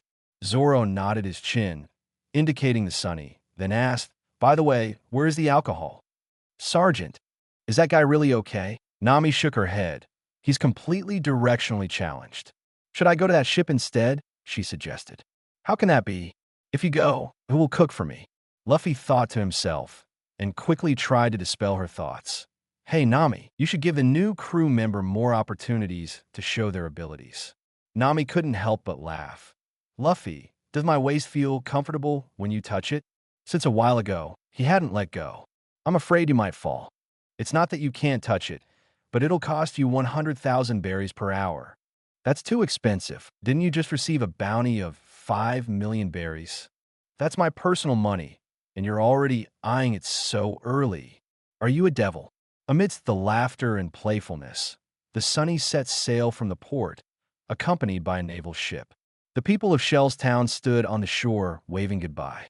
In front of the crowd, Kobe stayed behind. Sunny activity room. Nami spread out a map of the East Blue on the table. She pointed to one of the islands. Luffy, we are currently here in the Four-Leaf Island waters. Look, this is Shell's Town. Okay, and our destination is here, the Konomi Islands. Kokoyashi Village is right here. It's quite far. Luffy looked carefully. Nami used her fair index finger to draw a line from Shell's Town, following the land, all the way to Kokoyashi Village. We will sail along the coast, passing through the Organ Islands, the Moonlight Islands, then change direction and sail north, finally arriving at Kokoyashi Village. It will take about half a month. Hearing this, Luffy suddenly remembered the original storyline. The original Luffy's route was like this: Windmill Village, Zoro; Shell's Town, Zoro; Orange Town, Buggy; Syrup Village, Usopp; Baratai, Sanji; Kokoyashi Village, Nami. Where is Orange Town? He asked. Orange Town. Nami paused for a moment, pointing to the map and saying, it's right here, right in front of us. It's located in the Organ Islands. And what about Syrup Village? Syrup Village. It's here, also on our route a little further ahead. It's a village on the Moonlight Islands. Nami truly was a skilled navigator, very familiar with the map. Luffy didn't continue asking further, because there was no need to. The route Nami mentioned was almost identical to the original storyline, except for the Baratai. Looking at the map, as long as they set sail from Shell's Town, almost all the places they would pass through on the way to Kokoyashi Village were necessary stops, except for the Baratai. At this moment, Nami suddenly remembered something. Speaking of which, the rumored buggy pirates are stationed in Orange Town. Luffy, should we avoid this area? It might cost us an extra day. She looked up and asked. Luffy flicked this girl's forehead with his finger. Silly, what's the ship behind us? A naval ship. Nami covered her forehead. You're not thinking of attacking the buggy pirates, are you?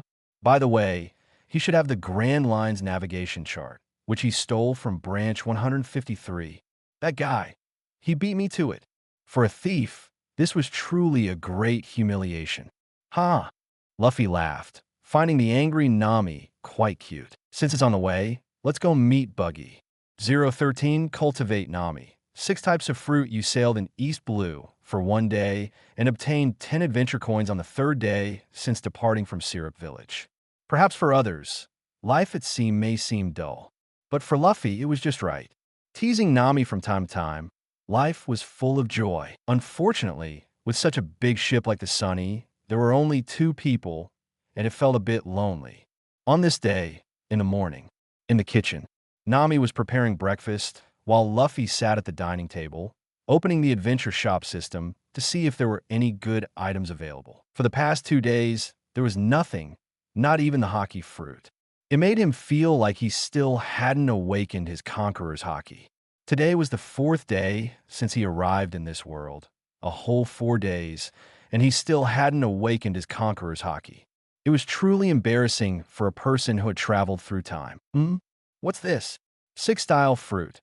After consumption, randomly learn 1 Marine 6 style. If already mastered, it will increase proficiency. Price: 100 adventure coins. A new type of fruit. Marine 6 style? Quite practical, but not very useful for me, he thought. The Marine 6 style consists of 6 techniques: shave, iron body, tempest kick, moonwalk, paper arts, and finger pistol. It is a marine martial art born to surpass the limits of human physical abilities. If one were to master all of them, they could be called a superhuman and could even fight against devil fruit users. To be honest, among them, moonwalk was the most useful for him.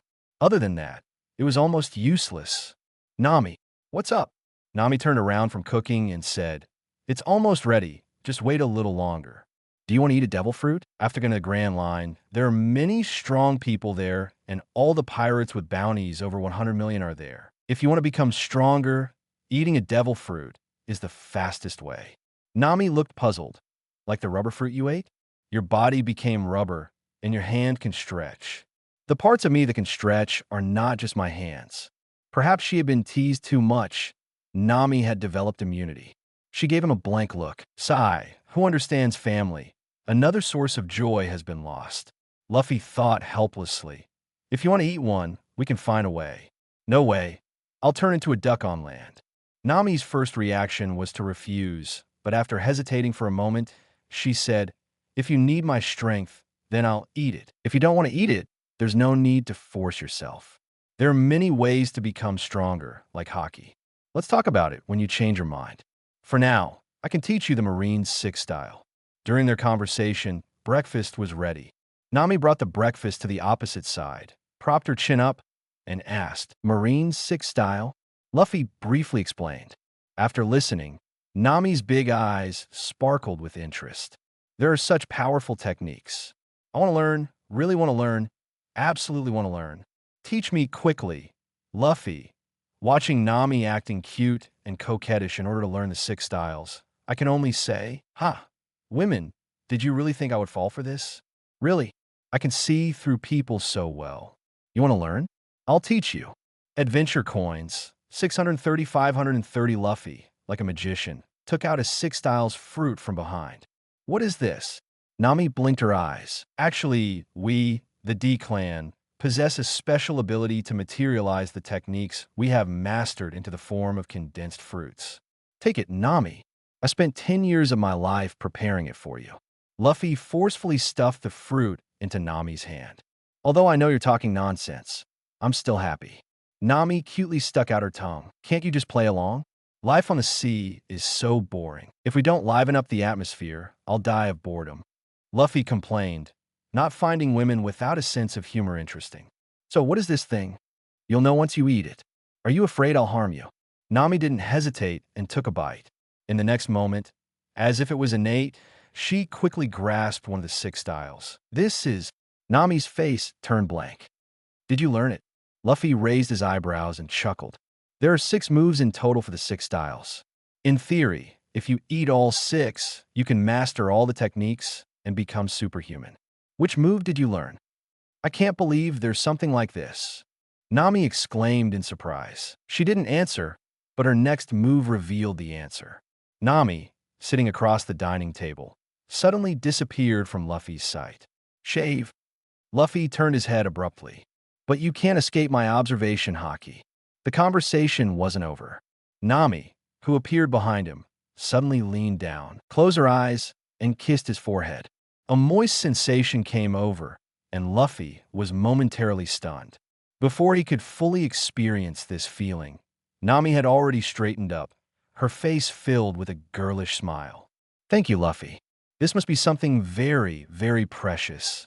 Luffy stood up and embraced Nami. You tease me and then try to run away? Feeling the tightening grip around her waist, Nami quickly pressed against Luffy's chest and weakly pushed him away. Wait a minute. I'm not mentally prepared. I haven't mentally prepared myself yet. What are you waiting for? You brought this upon yourself. Luffy was ready to educate her properly and show this girl how aggressive men can be. Seeing that she couldn't avoid it, Nami panicked and didn't know what to do, finally resigning herself and closing her eyes. Her body tensed up like a statue. 014 No. The pirates brought Marines to attack us in preparation for entering the Grand Line in the future. Luffy patiently taught Nami the 7th technique of the Marine 6 styles. This move is extremely fierce, mainly targeting the enemy's lips. At first, Nami learned it very awkwardly, obviously lacking previous experience, and her body was very stiff. But with the serious discussion between the two, Nami gradually grasped a little technique through passive learning. The two sides went back and forth, pulling and tugging for 10 minutes before Luffy reluctantly let her go. Of course, if it weren't early in the morning, it wouldn't be suitable for learning more advanced combat courses, and Luffy wouldn't have bypassed her so easily. However, this unexpected incident actually warmed up their relationship. After finishing breakfast, Luffy walked out of the activity room in a cheerful mood and came to the deck of the Sunny. The warship of the 153rd branch was following from a distance behind the stern. Squinting slightly, Luffy saw Zoro on the warship's lookout tower, sleeping soundly with both hands behind his head. You could still sleep so soundly early in the morning? After thinking for a moment, he went back to the warehouse to get 2 bottles of malt beer, then returned to the deck, holding one bottle in his hand and grabbing the railing at the stern with the other. As his arms slowly stretched out, he released the tension in his legs. With a whoosh, Luffy, like a cannonball, accurately arrived at the warship's lookout tower. Seemingly hearing some noise, Zoro opened one eye. Luffy, here. Luffy handed him a bottle of beer and used his thumb to open another bottle's cork. Thanks, Zoro grinned, and the two of them drank together. If you want to defeat Hawkeye, your current strength is far from enough. Luffy only took a sip before sitting down. Zoro drank half a bottle in one gulp and let out a satisfied sigh. I know. He's the world's #1 swordsman. If I could easily defeat him, I wouldn't have waited until now. But my goal is to become the world's strongest. That won't change. Even if it means having a bad reputation, I want my name to resound throughout the world. I admire ambitious people. Luffy smiled and nodded approvingly, then shook his head. But the world is bigger than you think, and you still know nothing about power. After years of training and mastering various sword techniques to fight against opponents, one could be called a swordsman. Understanding the secret of cutting iron and being able to cut through steel, one can be called a swordsman. And a powerful individual who can tear the earth apart and split mountains and seas with a single blow could be called a great swordsman. Hawkeye is the greatest swordsman among the great swordsmen. Hearing this description, Zoro couldn't help but be stunned for a while. Can someone really do such things with just a sword? He couldn't help but ask. Yes. Luffy answered affirmatively. You don't know or understand it now, but it's not your fault. It's the influence of the environment you're in. East Blue is too small, known as the weakest sea. There are very few experts here. Although there are many top-notch strong people from East Blue, they don't usually appear in East Blue. The Grand Line, Zoro wasn't discouraged, but instead ignited his fighting spirit. That's right. Only there will you truly awaken. Luffy raised the bottle in his hand and said with a smile, and besides swordsmanship, what you lack now is haki. Just like this. As he spoke, a layer of black quickly spread from his wrist onto the bottle. Zoro was dumbfounded. Try crushing it. Your grip strength should be strong, right? Luffy aimed the bottle's neck at Zoro. Upon hearing this, Zoro reached out his hand. At first, he only exerted a little force like this glass bottle that could easily be crushed. But soon, his expression changed and then became shocked. No matter how much force he exerted, the bottle remained intact, its hardness comparable to steel. Is this what you call haki? What is haki? He said incredulously. Don't worry, I will teach you. It's called Busasho. Luffy smiled slightly, preparing to explain the concept of haki. Just then, shouts from marine soldiers came from below the lookout tower. Mr. Zoro, we can already see the island. The two turned their attention. In the distance on the sea level, the outline of an island gradually appeared, and a city port could faintly be seen, along with a large ship. Meanwhile, Orange Town, the port, several sailors stationed on the pirate ship, one of them holding a telescope, also noticed 2 ships approaching from a distance. When he saw the warship behind them, his face turned pale. Quick, go report to Captain Buggy, the Marines. The Marine warship is coming. What? On the deck behind them, several pirates who were playing poker were equally shocked. They quickly dropped their cards and gathered around the lookout, snatching the telescope from his hand. Let me see. Wait, there's another pirate ship? Are they being chased by the Marines? Damn it, they're leading the Marines to our territory. Anyway, go report quickly. The most clever one had already gone ashore to report in advance. In the center of Orange Town, on the top balcony of a tall building, the pirates set up a feast on the open-air balcony, with all kinds of food and wine spread out on several long tables. Enjoy yourselves, drink to your heart's content, and savor the delicious food. Wild laughter came from the circus tent. The pirates shouted, Captain Buggy, Buggy, Buggy. The atmosphere was extremely lively. Just then, a panicked pirate rushed over, shouting as he ran, Something's wrong. Something big is happening. Captain Buggy, pirates are attacking us with the Marines. The scene fell silent for a moment. What? From inside the circus tent, a clown with a red nose walked out with a dark expression. What kind of joke is this? I am sorry. It's a pirate ship and a warship coming towards us. It's definitely intentional, Captain Buggy. Those pirates are trying to lead the warship to our territory. The pirate delivering the message quickly described the situation. A cross appeared on Buggy's forehead. The next moment, the pirate was clutching his neck, lifted up into the air as if by an invisible force. Be Buggy. Captain, he struggled to speak. Why are you panicking, you fool? It's just a warship. My men, bring out Buggy's cannon.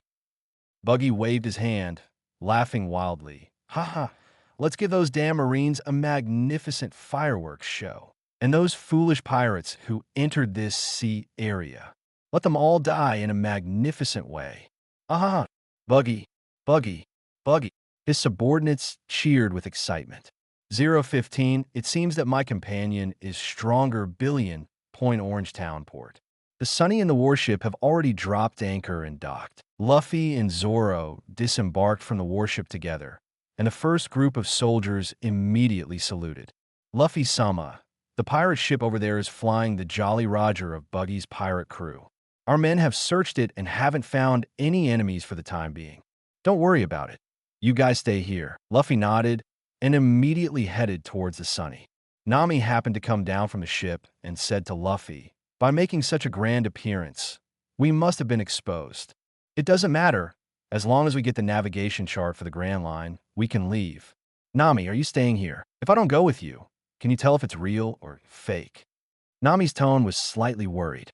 Buggy the Clown is rumored to be a man with an immortal body with a bounty of 15 million berries. He is a very dangerous pirate. Zoro frowned slightly. An immortal body? He didn't believe in such things as an immortal body. It's a devil fruit power, the paramecia, chop fruit. Luffy explained, and the three of them walked towards the town. Because he could be immune to slashes, even if his body is cut, he will be unharmed. So, people who don't know think. Just as Luffy was speaking, he couldn't help but raise his eyebrows and look towards the street ahead. One pirate after another emerged from various hidden spots on the street, each holding a weapon. Some of them let out ambiguous laughter. Zoro squinted his eyes and instinctively gripped the hilt of his sword. Nami decisively moved closer to Luffy. Aha! A voice came from the nearby rooftop. Captain Buggy, the red-nosed clown, crossed his arms and first laughed. Then his face suddenly turned dark. This is my territory. Where did you little brats come from? You're really audacious, daring to bring the Marines here. Seeing this guy, Luffy wanted to laugh. Oh, Buggy. What oh? Don't get too familiar. Who are you? Identify yourself. Wait a minute. Buggy finally noticed the straw hat on Luffy's head, and his expression became even worse. This reminded him of a painful past, making him snort in anger. But he didn't completely connect the two, thinking it was just a coincidence. That straw hat is really annoying. Little ones, attack. He angrily gave the order. The pirates rushed forward, howling. Zoro immediately drew his sword from his waist to counterattack. These small fry were obviously no match for him. Zoro cut through their formation as if cutting melons and vegetables. With a single stroke, more than a dozen people lay on the ground in an instant. It was only at this moment that the pirates reacted and showed a little fear on their faces. This guy, Captain Buggy, this guy is Roronoa Zoro, the pirate hunter. He's not an opponent we can handle. Shouting, the pirates began to retreat. Suddenly, the ground trembled. A man holding a long whip, like a circus animal tamer, rode on a giant lion and walked over. Who told you to retreat? The pirates were startled and turned around to see the lion raising its paw. Stop! Lord Moji, get out of the way. The giant lion swept these small fry aside with a swipe of its paw, as if clearing away trash. Moji snorted coldly and locked his gaze on Zoro, sneering, You're the famous pirate hunter. Unlucky for you. You've come here to die. Huh? Zoro coldly glanced at the other person. With a fierce gaze like a wild beast, it made Machi's heart skip a beat. He tried to salvage the situation and said, I am Machi, the vice captain of the buggy pirates, and a beast tamer. This is my pet, Roranoa, and I will be your opponent. Sorry, but I'm no longer a pirate hunter, and I've never really been one. I just catch a few pirates to earn money for food. Zoro drew his second sword and grinned. Now, I'm the captain of the Straw Hat Pirates, the first division captain. It doesn't matter who you are. Are you prepared? As soon as he finished speaking, he charged towards the opponent. Two-sword style, cow needle. The two swords were crossed on both sides of his shoulders, and Zoro charged like a bull. Roranoa. Machi's expression changed, and he quickly shouted. The lion roared and raised its paws, fiercely swiping at the charging Zoro. Bang! It shattered the bricks on the street, but didn't hit Zoro. Zoro leaped up and locked onto the lion's owner. A flash of his sword. Beast Tamer Machi let out a scream, blood gushing from his chest, and he fell to the ground. Machi! Buggy's face twitched. Ha! It seems like my comrade is a bit stronger, Buggy. Clap, clap, clap, Luffy applauded Zoro while laughing. As the captain, he naturally wouldn't make a move. If Buggy didn't make a move, he had no reason to either. He had to let his subordinates show their abilities. Buggy let out another pig-like scream and angrily shouted, Kabaji, kill this brat. Behind Luffy and Nami, a cunning assassin rode a unicycle and leaped down from the wall. The blade in his hand fiercely stabbed towards Luffy's head. Wheel of Death. As the direct stab attack came down from above, it seemed like it was about to hit Luffy's straw hat. Luffy pulled Nami and took a step back.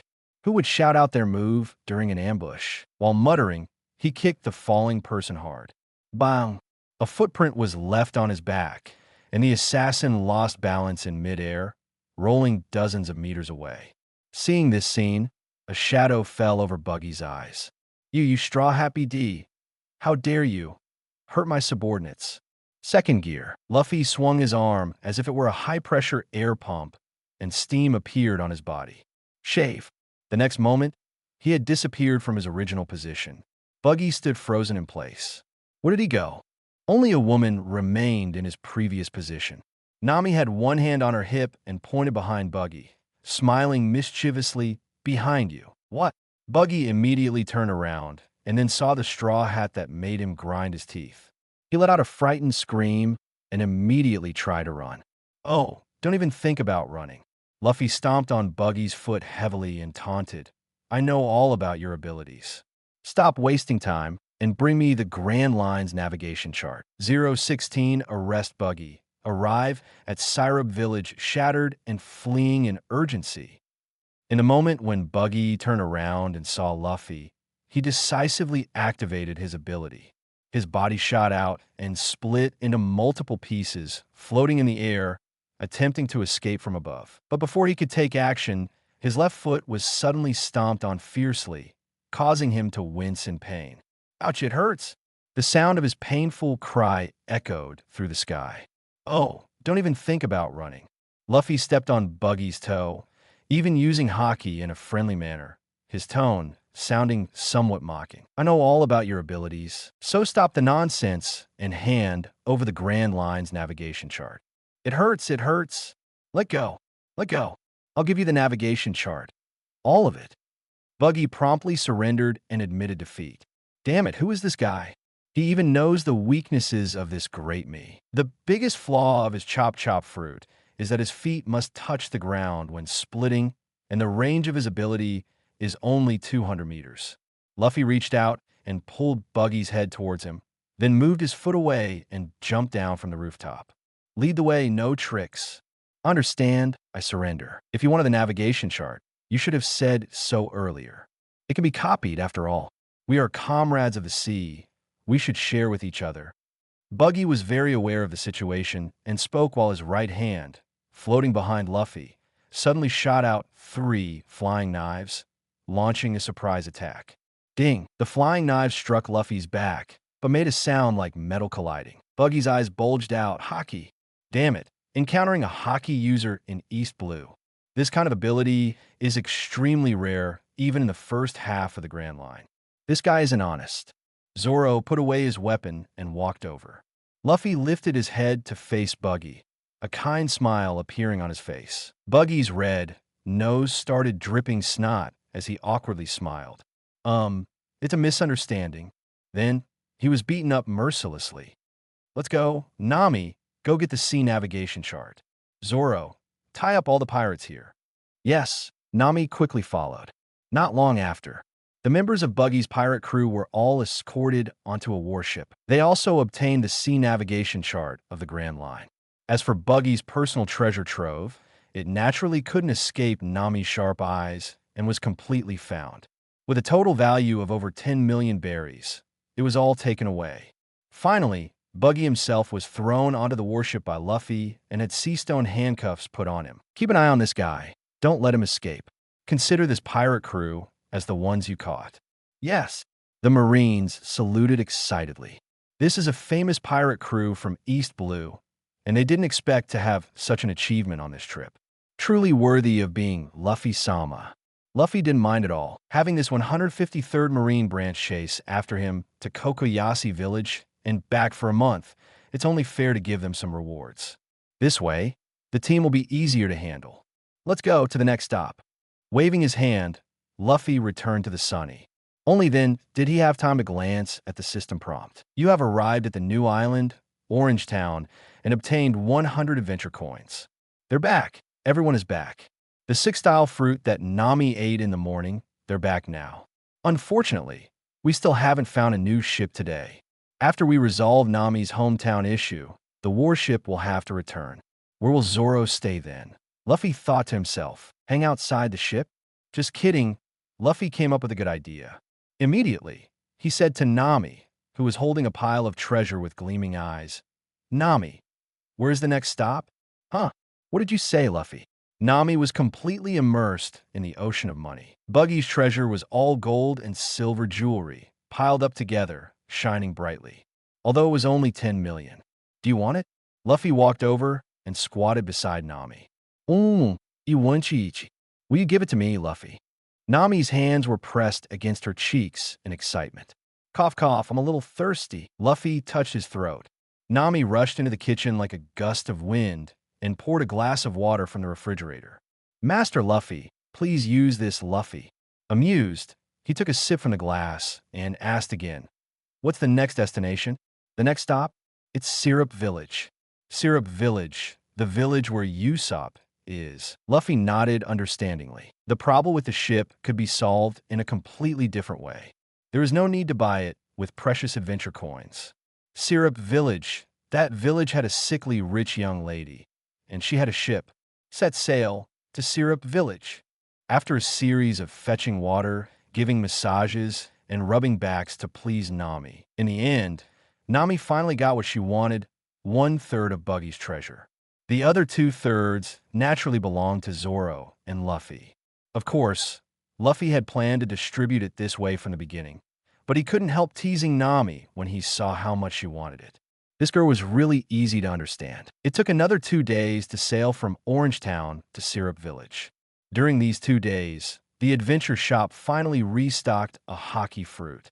Luffy spent 200 venture coins to buy it, and he awakened the last type of hockey, Conqueror's Hockey, which couldn't be obtained through training. Now, he already possessed Conqueror's Hockey. What he lacked was only mastery. This couldn't be rushed. In addition, he also tried to teach Zoro armament hockey, but there wasn't much progress. In any case, 2 days later, you have arrived at the new island, Syrup Village, and obtained 100 adventure coins. 017, how come the whole world is full of your acquaintances? Shilawabu Village, located on the Moonlight Islands in East Blue, is a very remote village. On this day, when the first ray of morning sunlight had not yet risen from the sea level, the doors and windows of every household were still tightly closed. A familiar and urgent shout echoed through the village. Oh no, the pirates are here. Everyone run. The pirates are really here.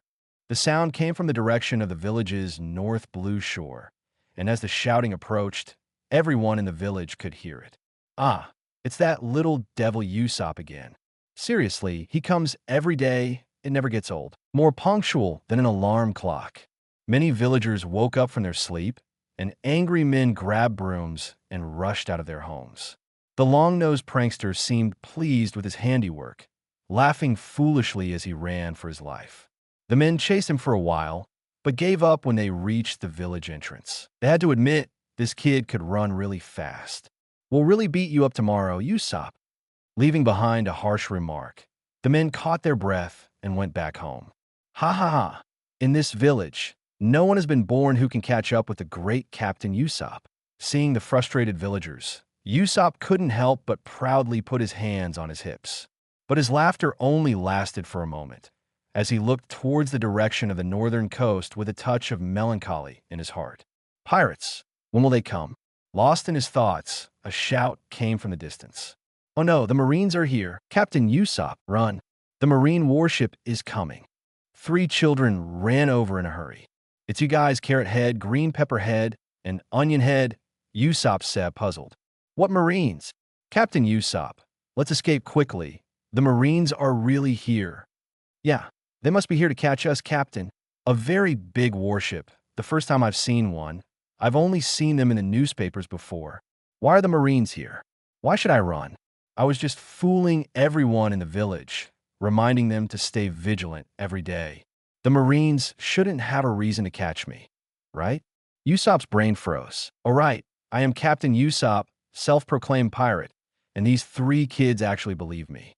Wait a minute, the Marines? He suddenly realized. Yeah, a very big warship, the 3 kids said in unison. Don't panic. The great Captain Usopp will personally go and take a look. You 3 come with me. Shiluabu Village, northern coast. Because it is a very small village, there is no harbor on the northern coast, and the water is shallow, making it difficult for warships to dock. They can only anchor a few dozen meters away from the coast. The soldiers on the ship boarded small boats and came ashore in batches. In comparison, the Sunny Go is much better. Luffy-sama, as per your orders, the combat personnel are ready. A captain came to report. Behind him, 50 soldiers armed with guns stood in formation. Please give your orders. Luffy nodded and said, in this village, there is a pirate captain who is deeply hidden. He has set his sights on a wealthy family's young lady, intending to marry her and gain both wealth and a clean slate. As he made his military mobilization speech, on the cliff of the coast, Usopp hid behind the bushes, his eyes fixed on the situation below. What is going on? A pirate ship? A warship? Not only that, but the straw hat-wearing young man who came down from the pirate ship is also commanding those soldiers. The 3 children hiding beside him tremble in fear from the soldiers below. Captain Usopp, they really came to capture you. Yeah, they've set their sights on Miss Kaya and even want to marry her. It's definitely you, Captain Usopp. Run, Captain Usopp. You saw it too. Those are real Marines. What are you 3 idiots talking about? Captain Usopp's face turns red, but luckily his skin is thick enough that it can't be seen. Family knows one's own affairs. Although he loves to deceive people, it's not worth the Marines putting up such a show to capture him, right? There must be some misunderstanding in all of this. Anyway, let's run first and talk later. It's snack time. I have a disease that will kill me if I don't eat snacks, so goodbye to you 3. Usopp mutters quietly, hunches his back, and turns to leave. However, as soon as he turns around, a cold voice comes from below. Who is it? Zoro grips his sword handle tightly and warns in a deep voice, Luffy, there's someone nearby. I know. I sensed it with my observation hockey from the beginning, Luffy thinks to himself. But to be honest, this green-haired guy's perception is too strong. He truly has the instincts of a beast. Immediately, Luffy makes a hand gesture. In the next moment, dozens of Marines raise their guns and aim at the bushes behind the cliff. Come out, the captain sternly commands. Behind the bushes, 3 children let out screams. Don't shoot. With a cry, the 3 of them raise their hands and stand up from the bushes. Usopp's face turns green, and his legs start to tremble violently. He stiffly turns his head and, from the corner of his eye, looks down. Those gun barrels are locked onto him, making his heart almost stop. Normally, he boasts and deceives, saying he has millions of subordinates and is the great Captain Usopp. But when faced with the Marines, that kind of pressure makes him unable to even speak. The scene falls silent for a few seconds. Only then does Luffy smile and say, Usopp, right? Huh. Usopp is stunned, and he slowly straightens his body. While raising a white flag, he whispers, Who? Do you know the great? Know me? Put down your guns. Luffy waves his hand and grins. Yasopp's son, I know you. Nami, Zoro, why does it seem like everyone in the world knows you, Luffy? P.S. I put 3 points of contention in the introduction, but no one has criticized them for 3 whole days. I'm so sad, T.T. 018, take her to the Grand Line for treatment. I heard about you from Shanks and the others before. Shanks? Do you know red-haired Shanks? The great pirate. Usopp was extremely surprised. Well, he gave me this straw hat. Luffy took off the straw hat, tossed it lightly in his hand, and smiled. Your father is Yasopp, right? He often tells me that he has a son around my age. Mentioning his father, Usopp became excited. Yasopp is indeed my dad's name. So my dad now. Yasopp is a real pirate now. I can tell you about your dad later. Saying that, Luffy put the straw hat back on and gave orders to the Marines. There's a very dangerous pirate hiding in this village. We must deal with him first. Follow me, all of you. Yes, Captain Luffy. Immediately, Luffy led Nami, Zoro, and 50 Marine soldiers towards Syrup Village. On the cliff, Usopp gritted his teeth and immediately followed. I overheard your conversation just now. Are you going to find Miss Kaya? Has she been targeted by pirates? Of course, she is a cunning man. I'll show you the way. Usopp said hurriedly. Luffy glanced at him and chuckled. Then, please lead the way. But deep down, he wanted to complain. If he had traveled as Usopp, Kaya's child would have been born by now. It would have been so easy to conquer a sickly, gentle young lady like her. Soon, the group entered the village.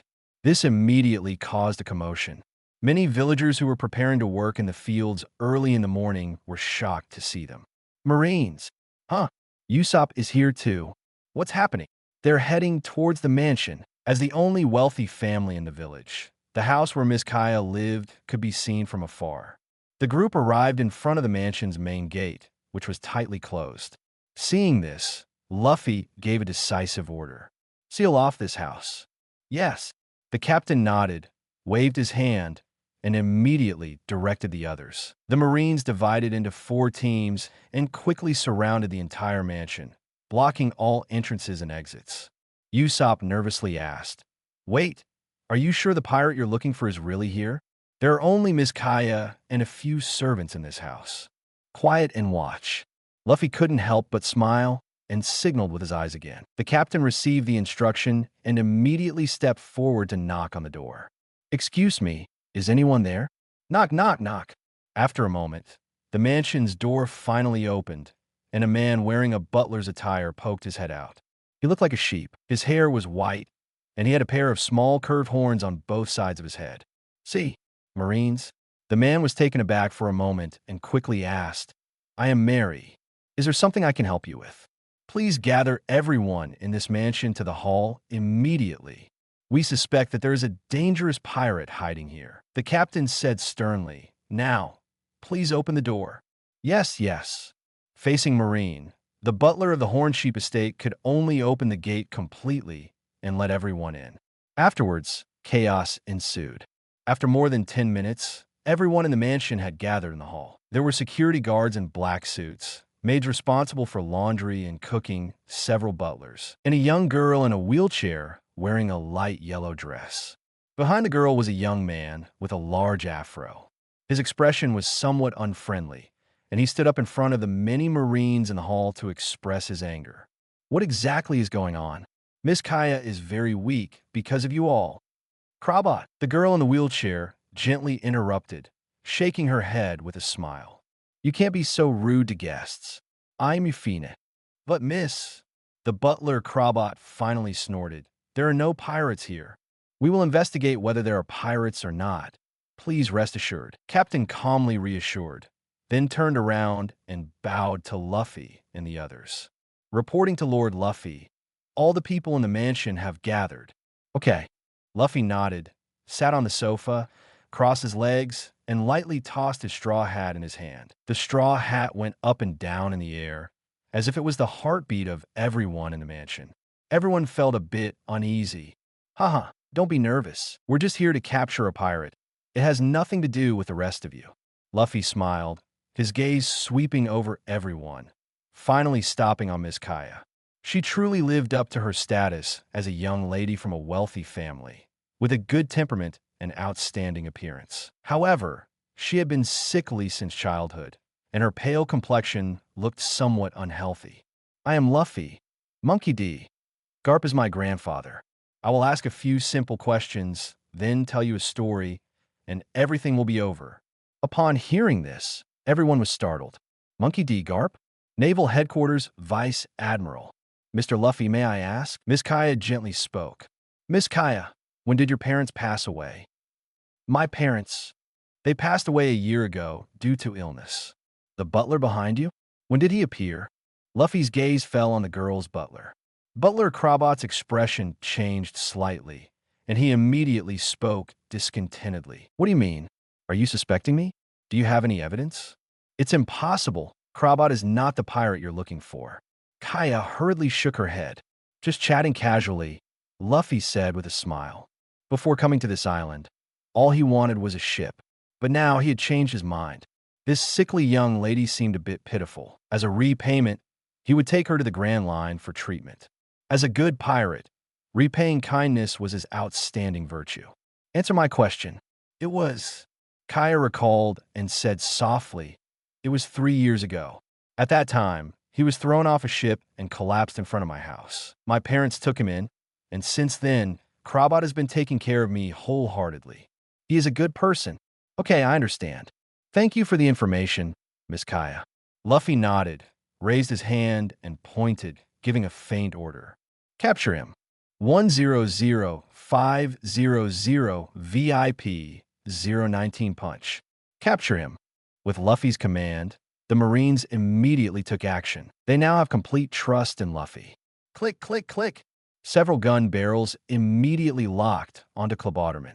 As the highest-ranking captain in this operation, he personally took action, bypassing Miss Kaya and forcefully pinning down the butler behind her. Don't move. Stay still, the captain said in a low voice. The rest of the people around were startled and scattered to the sides. Kaya, the girl in the wheelchair, looked surprised and said, Wait a minute. Is there a misunderstanding? How could Klabauterman be a bad person? Struggling under the captain's suppression, Klabauterman angrily said, Is this how you Marines capture pirates? Why? What evidence do you have to say that I am a pirate? Evidence? You'll find out soon enough. Luffy chuckled lightly, stood up from the sofa, and looked at everyone. Let me tell you a simple story first. Everyone present felt a bit frightened. This officer's power was too overwhelming.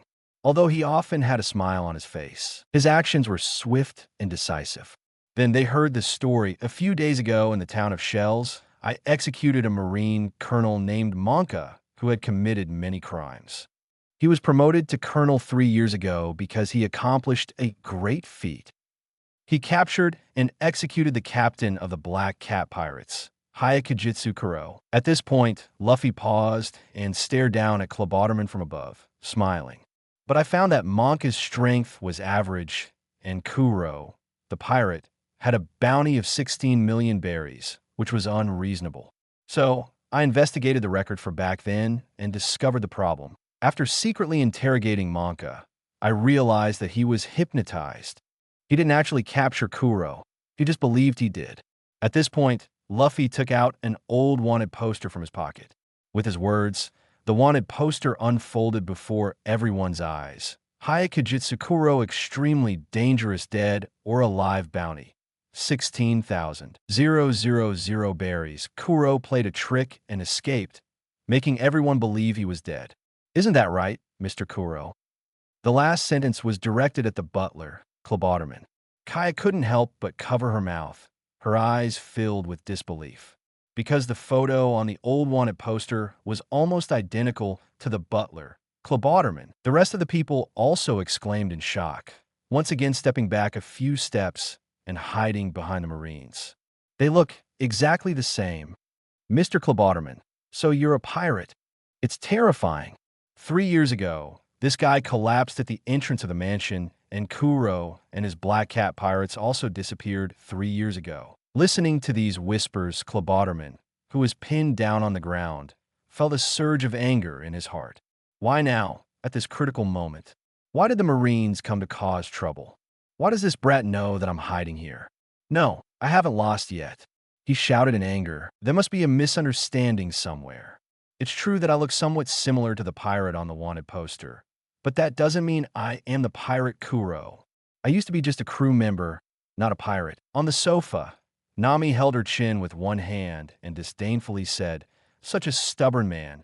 Even in this situation, he won't admit defeat." Zoro had no expression on his face, but was prepared for battle. A pirate with a bounty of 16 million.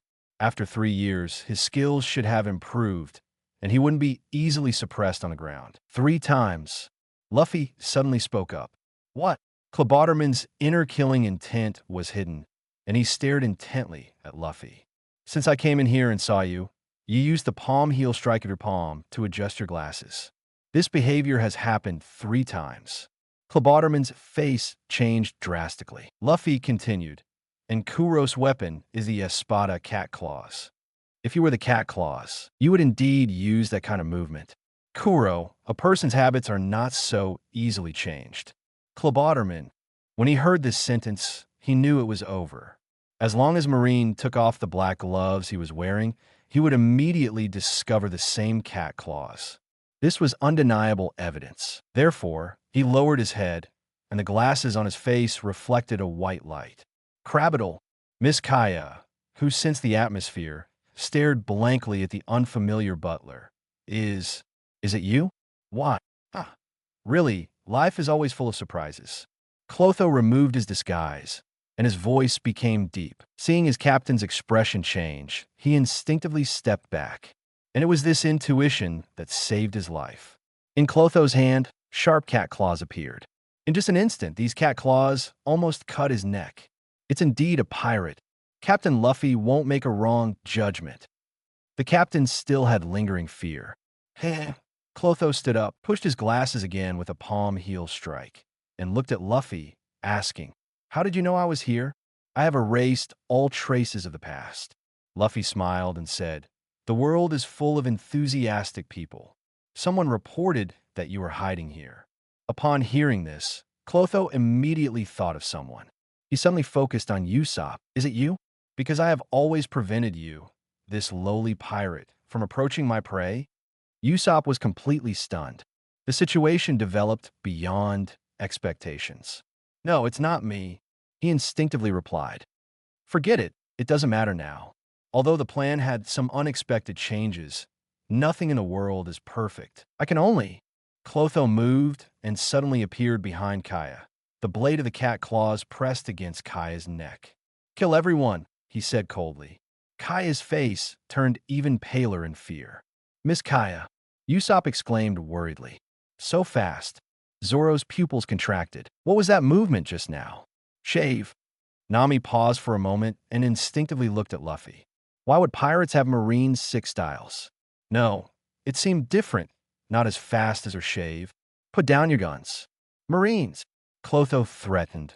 "Otherwise, I can't guarantee what will happen to Miss Kaya's head." The Marines looked at each other. "Damn it, it's all my fault for not suppressing him."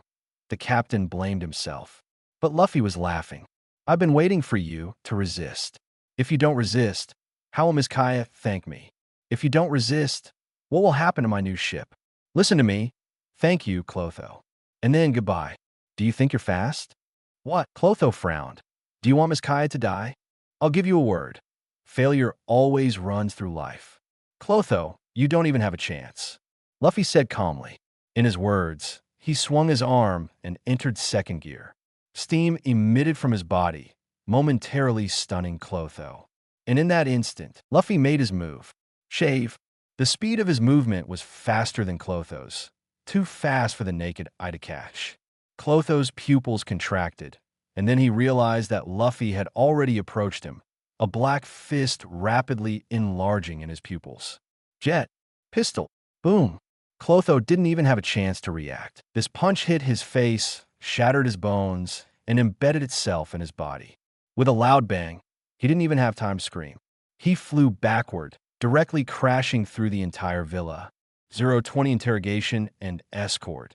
Luffy seen in the picture noon, Shiloabu village. Hey, have you heard? I heard. Usopp shouted so loudly that the whole village knows. I can't believe it. The steward of that mansion, Klabauterman, is actually a pirate with a bounty of 16 million. Thanks to the Marines, otherwise who knows what would have happened. It is said that he targeted Miss Kaya's wealth. Even her deceased parents from last year were secretly killed by him. Damn pirates. Miss Kaya's parents were such good people. Speaking of pirates, the person who saved Miss Kaya this time, it seems like he's also a pirate leading the Marines. What was his name? Monkey D. Luffy. In a small village, something unusual happened and spread almost instantly. At this moment, in a mansion of a village, in the dining room. We really appreciate your help this time, Mr. Luffy, Mr. Zoro, Miss Nami, Mr. Usopp, and of course all the Marines. Kaya, sitting in a wheelchair, sincerely thanked the people who were enjoying their lunch. You're welcome. But the matter is not over yet. Luffy leisurely ate his food, and after swallowing a piece of meat, he said, Kuro has already been apprehended, but his subordinates haven't. Kai was taken aback. His plan was to let the Black Cat pirates attack the village, kill you in the chaos, and have his subordinates hypnotize you, making you write a will and then swallow all your property. I mentioned before, Colonel Morgan was hypnotized and mistook another person for Kuro and executed him, which earned him great credit. So, he has a subordinate who can hypnotize others. Luffy, having eaten his fill, held the back of his head and casually commented on the enemy's plan. To be honest, it's a boring plan. If it were me, I would try to win your heart, marry you, and have everything, killing two birds with one stone. Moreover, Kaya was already weak and sickly, so she might die in a few years after getting married. That would save a lot of effort. Perhaps Kuro initially planned it that way, but he realized he didn't have that much charm and couldn't conquer Kaya, so he changed his approach. Upon hearing this, Kaya couldn't help but cover her mouth and laugh. Zoro burst into laughter. You're a devil, Luffy.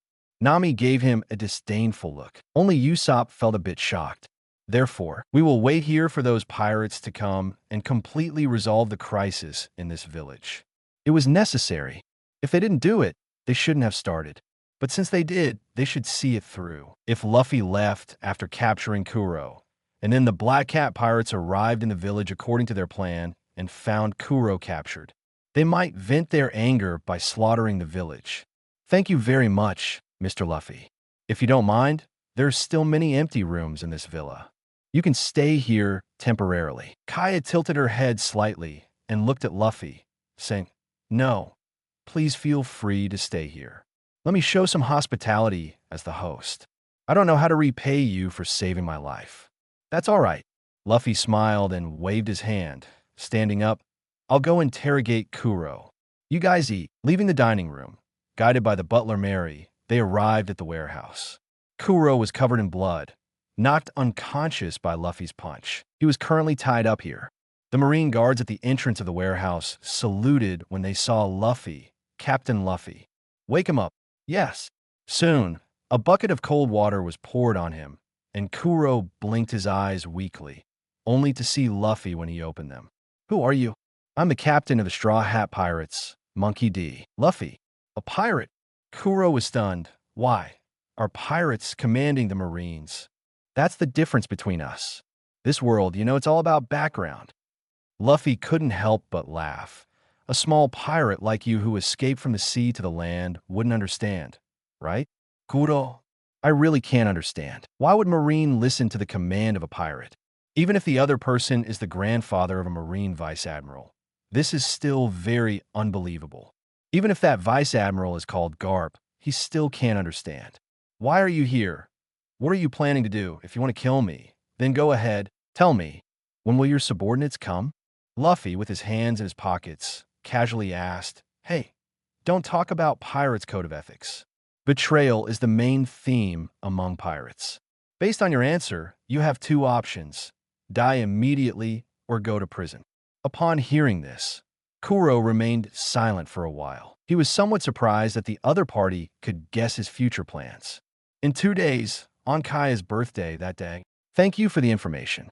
Sleep. Luffy kicked him in the face, and with a bang, Kuro once again fainted. What? Prisoners' rights?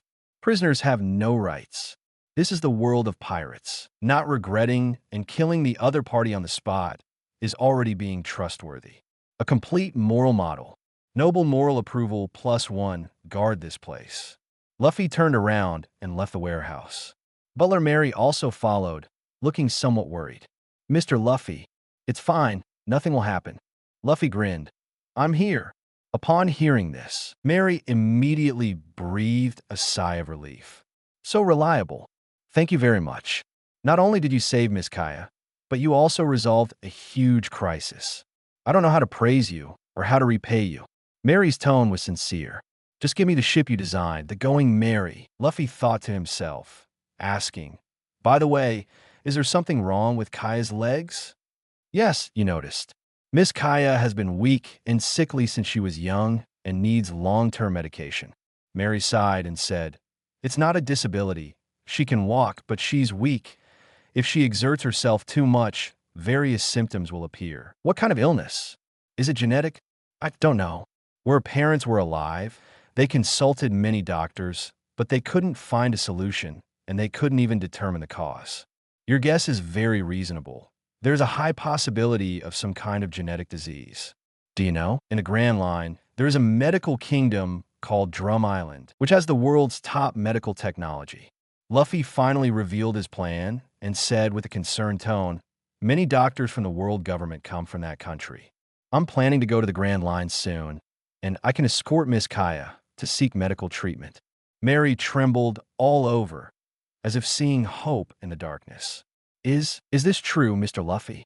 Of course, I heard that even dead people can come back to life in the Grand Line. If it's just a genetic disease, there is hope. Luffy patted Mary's shoulder and comforted. You can tell Kaya about this and let her decide for herself. After we deal with those pirates in 2 days, let me know your decision. After saying that, he walked out of the villa. Mary stood alone in place, caught in a dilemma. The Grand Line, that sea area known as the Pirates' Graveyard, is rumored to be very dangerous. But if it's escorted by Mr. Luffy, maybe they can arrive safely. He sighed. Let Miss Kaya decide for herself. This is not something I should decide for her. 021 Kaya on board. Third companion afternoon. Second floor of the mansion, Kaya's boudoir. Really, Mr. Mary? Kaya's face was full of surprise as she sat in her wheelchair, gazing out of the window at the world outside. Upon hearing Mary's words, she turned back in surprise. In that Drum Kingdom, can my illness really be cured? She asked, unable to believe it. Not. It's just a possibility. According to Mr. Luffy, it is the best medical country in the world. Mary didn't dare to guarantee, but said seriously, I have researched information about this country and confirmed its authenticity in your parents' diary. After finishing the conversation with Luffy, he immediately investigated the information related to the Drum Kingdom in the library. To his surprise, he found records about this country in Kaya's parents' diary. Now that he thinks about it, her parents probably considered taking Kaya there for medical treatment, right? However, for safety reasons, they gave up. I want to go, Kaya answered without hesitation, but then hesitated. Will this be too much trouble for Mr. Luffy? I owe him a great debt. My life is thanks to him. It will indeed be troublesome for Mr. Luffy, but this is something he brought up himself. Miss Kaya, you need to seriously consider it. This journey will be dangerous. After all, it is the Grand Line. Kaya nodded lightly, her eyes filled with melancholy as she looked out of the window, watching the birds flying among the branches. I envy them. It must be nice. The next day, Sarap village in the forest. Zoro, shirtless, held a huge stone in his hands, repeatedly lifting it up and putting it down. Training, Luffy strolled leisurely, eating a banana as he walked over. Luffy, Zoro put the heavy stone down with a thud and said, to defeat Hawkeye. Great determination. Taking matters into his own hands. Luffy smiled and said, seeing how hard you're working, as the captain, I have to teach you a few things. Do you want to teach me armament hockey? Zoro grinned. No, today I'll show you the other two types of haki. Luffy shook his head. The other two? Observation haki and conqueror's haki. As he spoke, Luffy closed his eyes and beckoned to Zoro, saying, "Pick up your sword and attack me as much as you want." With your eyes closed? Zoro was dumbfounded. Come on, I won't be responsible if you get hurt, Luffy. Zoro immediately drew his sword and launched an attack on Luffy. Lunge, uppercut, horse stance cleave. No matter what moves he used, no matter from which tricky angle he attacked, they were all easily dodged. After a series of attacks, Zoro started to get frustrated.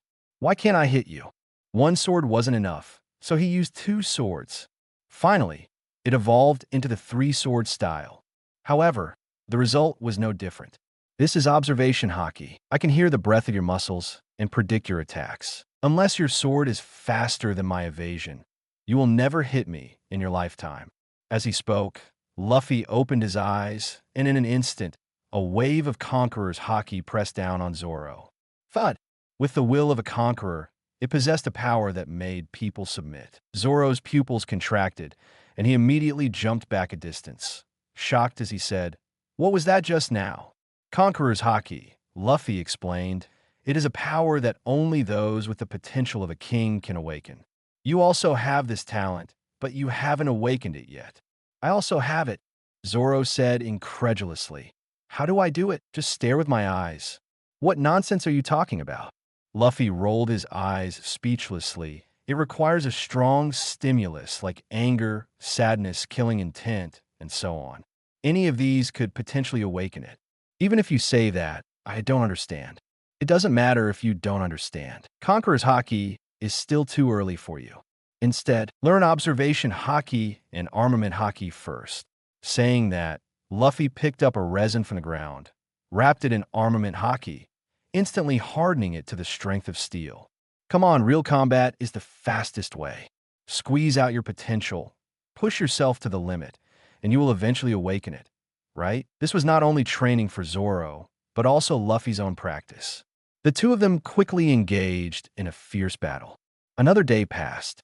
Because they knew about the other side's actions in advance, when the Black Cat pirates landed on the coast, they were immediately targeted by the Marines. As soon as they landed, a large number of pirates were shot dead by bullets. Among them, several executives, Vice Captain, Hypnosis Master, Zheng Ao, bounty of 9 million berries. Cat brothers, Butchie and Sham, each with a bounty of 7 million berries. Zoro took on the three of them alone and defeated them.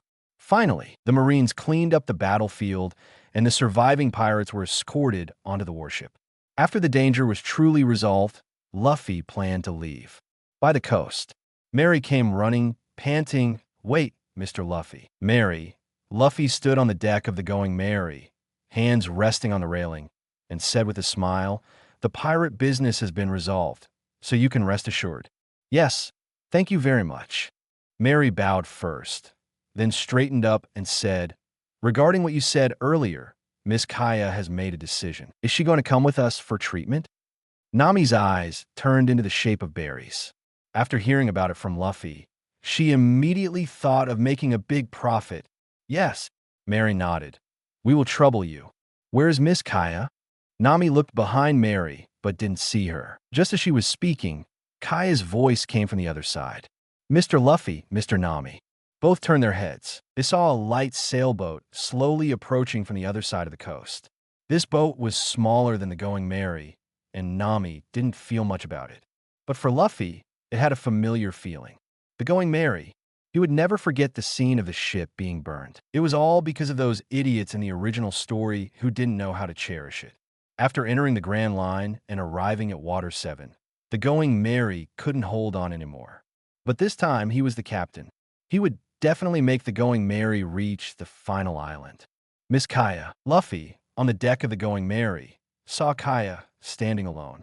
"Yes, Mr. Luffy, I will trouble you for some time." When the ship approached, Kaya said very politely, "This ship was designed by Mr. Merry.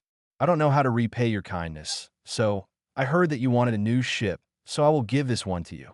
"Thank you so much," Luffy shouted towards the nearby warship. "Zoro, this ship will be your ride from now on." Don't you want to thank Miss Kaya? Zoro, leaning on the railing of the warship, holding a bottle of alcohol, grinned and said, "Thanks. A ship for my first mate? Not bad." Kaya covered her mouth and chuckled. "It's great that you like it." Seeing this, Luffy reached out and pulled her onto the Going Merry. "Nami, take care of Kaya. Her health is not good." Nami nodded with a smile and looked at Kaya as if she was looking at a walking berry. "Kaya, I will take care of you until you get better." "Yes, Miss Nami, thank you." "Don't worry. When we reach Drum Island, there will definitely be a doctor who can cure you." "Luffy, he always keeps his promises." Nami comforted gently. "Yes." Kaya nodded happily. She also wanted to be able to soar freely like a bird, instead of sitting in a wheelchair looking out the window at the outside world. "Then let's set sail." Luffy nodded in satisfaction and immediately jumped onto the Going Merry. "Set sail, hoist the anchor." As the ship slowly sailed out, a figure carrying a huge package rolled down the slope. "Wait!" Usopp shouted anxiously. "Luffy, take me with you, I—" Bang! Bang! Bang! He rolled back and forth, hitting the sides of the slope a few times, and when he rolled to the shore, he had already fainted. "Haha, get on the ship. I thought you wouldn't come." "Usopp, that would have disappointed me." Luffy didn't mind bringing Usopp along. He quickly reached out and grabbed the fainted Usopp onto the Going Merry. Recruiting crew member Usopp, talent, slingshot, reward, 400 venture coins in the system prompt. The Sunny carried Nami and Kaya. The Going Merry carried Luffy and Usopp. The warship carried many pirates and Zoro, who was drinking alone. The three ships slowly sailed towards the sea. On the shore, Mary the butler sincerely blessed. "Fair winds, Mr. Luffy. I entrust Miss Kaya to you." 022 Kaya's shyness. A distress signal from the C3 ships sailed through wind and waves, heading towards their final destination, the village of Kokoyashi. On the Mary, Luffy sat cross-legged at the bow, gazing into the distance. The vast sea stretched out before him, under a clear sky. He glanced at the system. Adventure coins, 950, it's almost over 1,000. Time to spend some. He opened the adventure shop and took a moment to choose among the 10 items. Hockey fruit, 200 venture coins, 6 styles fruit, 100 venture coins lifespan fruit, 100 venture coins minus 400 venture coins, leaving 550. I still haven't seen a ship refresh. Are ships really rare items? There are plenty of other strange things, though. Luffy thought to himself. He opened his mouth and ate a hockey fruit. Since his Conqueror's Haki had already awakened, this time it was just to increase his proficiency. And the randomly obtained Haki was Conqueror's. After silently digesting it, Luffy slowly opened his eyes and muttered to himself, "I feel like even if I eat 3 or 4 more, I won't need Kaido anymore. I'll be able to master Haki entanglement." Haki fruit is really a good thing, cheap and practical. As for the lifespan fruit, it wouldn't hurt to have more. He ate on the spot, increasing his lifespan by 1. Afterwards, the lifespan displayed on the system panel changed to 72. He aimed to reach 100 years as soon as possible. As for the last 6 styles fruit, Luffy held the remaining fruit in his hand and pondered. He decided to give it to Nami. He wanted to conduct an experiment. According to the function settings of the Great Adventure system, cultivating crew members would also reward adventure coins. But when he had Nami eat a 6 styles fruit before, allowing her to master shave, there was no corresponding feedback. Perhaps she needed to master all 6 styles? Or maybe using items from the adventure shop for cultivation wouldn't have this kind of feedback. Therefore, he was also teaching Zoro Haki to serve as a control group. Once Zoro awakened any kind of Haki and Nami fully mastered the 6 styles, this question would probably have an answer. Just as he was thinking, he heard a slight movement behind him. Luffy turned his head to look. He saw Usopp, who had been unconscious, rubbing his head and slowly waking up. "You're awake. Luffy, where is this?" Usopp looked around the vast sea, the exciting sea.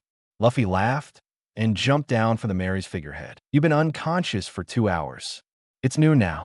My head hurts. I hit a rock earlier." Usopp winced in pain. "Are you hungry?" Luffy asked with concern. "Now that you mention it, my stomach is growling." If your stomach is growling, then hurry up and cook. What? Usopp widened his eyes and said incredulously, I'm injured. You don't think I can cook, do you? I'm the captain. Luffy patted Usopp's shoulder with a serious expression. Hearing this, Usopp sighed, then smiled proudly and pointed to himself with his thumb. I can't do anything about you. Since that's the case, I have to show you the culinary skills I've honed for 50 years. The great chef Usopp. Oh, go ahead. Half an hour later, on the Mary, in the dining room, Luffy expressionlessly put down the ladle in his hand. So how is it? My stewed potatoes and meat. Usopp asked proudly. I suddenly remembered that Nami has something important to discuss with me. Luffy silently got up and quickly escaped from the Devil's Kitchen. It's not that you can't eat it. It's just that compared to Nami's cooking skills, it's a lot worse. Let's go find dear Nami and have a meal together. With a swoosh, he leaped from the Mary to the Sunny. No one on the deck. Luffy walked into the activity room and happened to see Nami cooking in the kitchen. Immediately, he restrained his breath and silently approached, hugging Nami from behind. Nami let out a cute scream and almost spilled the hot oil from the pot. When she turned her head, she saw Luffy and scolded angrily. What are you doing? Scaring people. Luffy sniffed the fragrant hair and couldn't help but laugh, kissing her. Having had previous experiences, Nami didn't resist and quickly softened in his embrace. The two of them completely lost themselves. Suddenly, a suppressed exclamation came. Nami stiffened and quickly pushed Luffy away, only to see Ms. Kaya outside the kitchen. Her face quickly turned red. Kaya's face also turned slightly red as she explained in a low voice. I just finished packing and thought maybe I could help. I'm sorry. I didn't mean to disturb you. Then she shyly ran away. Shy, huh? Luffy laughed. Nami punched his chest in embarrassment. It's all your fault, idiot. How embarrassing. I hope no one saw our expression just now. Luffy magically took out the Gomu no Mi. Don't make a fuss, I've spent another 10 years of my life to get this for you. Seeing the familiar Gomu no Mi, Nami was stunned for a moment and felt deeply moved. Although she thought the idea of sacrificing 10 years of life was nonsense, she believed that this fruit must be very precious. Apart from her sister and mother, this was the third person who had been so good to her. Nami felt her heart melting. Thank you, Luffy. She didn't know how many times she had said thank you, but this time Nami didn't refuse. She reached out and took the fruit, then took the initiative to kiss Luffy. Then she pushed him away with a smile and said, Go out. Don't disturb me while I'm cooking. I want stewed meat with potatoes. Yes, yes. Helplessly leaving the kitchen, Luffy walked to the deck and saw Kaya standing by the side of the ship, her golden hair blowing freely in the gentle sea breeze. The corner of his eye seemed to notice Luffy, and Kaya turned slightly, apologizing shyly. I'm sorry. How does it feel to be in the outside world? Luffy shook his head, not caring. So what if someone saw them kissing? It's not a big deal. I feel better. For the first time, I feel like the world is so big. The sea is really vast. Kaya smiled slightly, as if the sea breeze had healed her condition. Although Usopp used to talk to her and tell her some interesting adventure stories, being in it was obviously more enjoyable. The journey will eventually come to an end. You can calm down and slowly appreciate the scenery along the way. Luffy walked over and stood side by side with Kaya. With a girl like her, of course, he had to use more artistic words, not like when he was with Nami, making jokes. Yes, Mr. Luffy.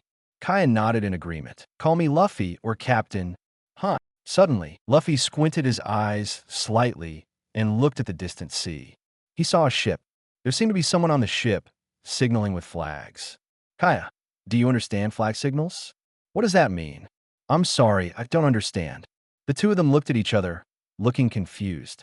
023, don't leave one. Kill all. Semaphore, a traditional communication method used in navigation. Luffy, of course, couldn't understand it. If it were the semaphore used in the past, he would be very familiar with it. However, even though he couldn't understand it, he could probably grasp some meaning. Humans are a species that can communicate to some extent through gestures and movements. It seems like a distress signal. Kaya murmuret. Yeah, I'll go check it out. Luffy nodded and immediately had a thought. In an instant, starting from his legs, his clothes quickly turned silver. At the same time, his hair ignited like flames. Two flame clouds passed through his armpits. Sun God, Nika form. Beside him, Kaya covered her mouth and exclaimed, "Mr. Luffy, this is transformation." Luffy leaped into the air, swiftly soaring. He walked on air, and with each step, a white flame-like substance appeared beneath his feet. The abilities of the Sun God were very complex. This ability to walk in the air was similar to Kaido's creation of flame clouds for flight. Note, on the other side, on a small boat, a man with the character C tattooed on his right cheek continuously waved a flag in his hands. He saw the marine warship and wanted to attract attention. However, when a person covered in silver descended from the sky, he was still shocked and opened his mouth wide. Who are you?" He dumbfoundedly looked up. "Monkey de Luffy." Luffy put his hands in his pockets and casually walked over. He curiously looked down. There was another person lying on the small boat, with a pale face and a tattoo of the character Thief on his left cheek. Together, these two formed pirate. He recognized these two. They seemed to be called Joseph and Johnny, bounty hunters, and also Zoro subordinates. "Are you a god?" At this moment, Johnny murmured, "Oh God, can you save my companion?" He dropped the flag in his hand and made a praying gesture. Luffy Ichiraku, the sun god, indeed had the character god. He immediately smiled and said, "I know you. Are you Johnny?" "Huh, do you know me?" Johnny was frightened. "Zoro's subordinate, right?" "Zoro is now my subordinate. So you guys are my subordinates. I'll help you out." Luffy seemed to descend from the steps of the gods, and, after coming onto the ship, grabbed Johnny and Joseph. Then, he leaped off the ground. Boom! Under the reaction force, the small boat shattered into countless pieces, while Luffy, carrying the two, drew a beautiful silver trajectory in the air and finally landed on the warship. "Zoro, I brought your subordinates." While shouting, he threw the two onto the deck. "Luffy, what's with that appearance?" Zoro was sleeping against the mast of the warship. He opened his eyes upon hearing the voice and was shocked by Luffy's appearance. He stood up and then noticed Joseph and Johnny. "It's you two." "Zoro, big brother," Johnny exclaimed in joy. "Great, big brother, please save Joseph. He's in bad shape." Luffy released his Nika form and said, "It doesn't seem like an injury, probably scurvy." Scurvy? Zoro and Johnny clearly didn't know. This thing has killed at least 1,000,000 sailors in the Great Age of Pirates. In simple terms, it's a lack of vitamin C. Just eat more citrus fruits. "You come here," Luffy shouted at the Marine. "Luffy-sama, what are your orders?" "This person has a blood disease. Go get some citrus fruits, oranges, or something similar." The Marine glanced at Joseph and immediately nodded. "Yes, right away." Soon, after feeding him some citrus juice, Joseph's complexion improved significantly. The Marine said his symptoms seemed to be getting better. He should wake up soon. Johnny immediately breathed a sigh of relief. "That's great, he's alive. Now that everything is fine, you guys can chat." Luffy turned around and headed back to the Sunny. Johnny stared in astonishment as Luffy's arms stretched out and he flew away with a swoosh. "Zoro, what exactly is he?" "I am the captain now. With demon fruit power, there's nothing to be surprised about." Zoro grinned, completely forgetting his own shock when he first saw it. "He's actually human. I thought I saw God." Luffy was just walking in the air. Johnny couldn't help but say, "By the way, Zoro, aren't you a bounty hunter anymore?" Zoro shook his head and said, "I have joined the Straw Hat Pirates now. I am the captain of the Straw Hat Pirates first team. I am a pirate." "A pirate?" Johnny suddenly looked up at the sails of the warship. The sails were indeed marked with the Marine's Peace Dove logo. And just now, Luffy ordered the Marines to save people. What on earth is going on? Johnny's brain overloaded and he fainted.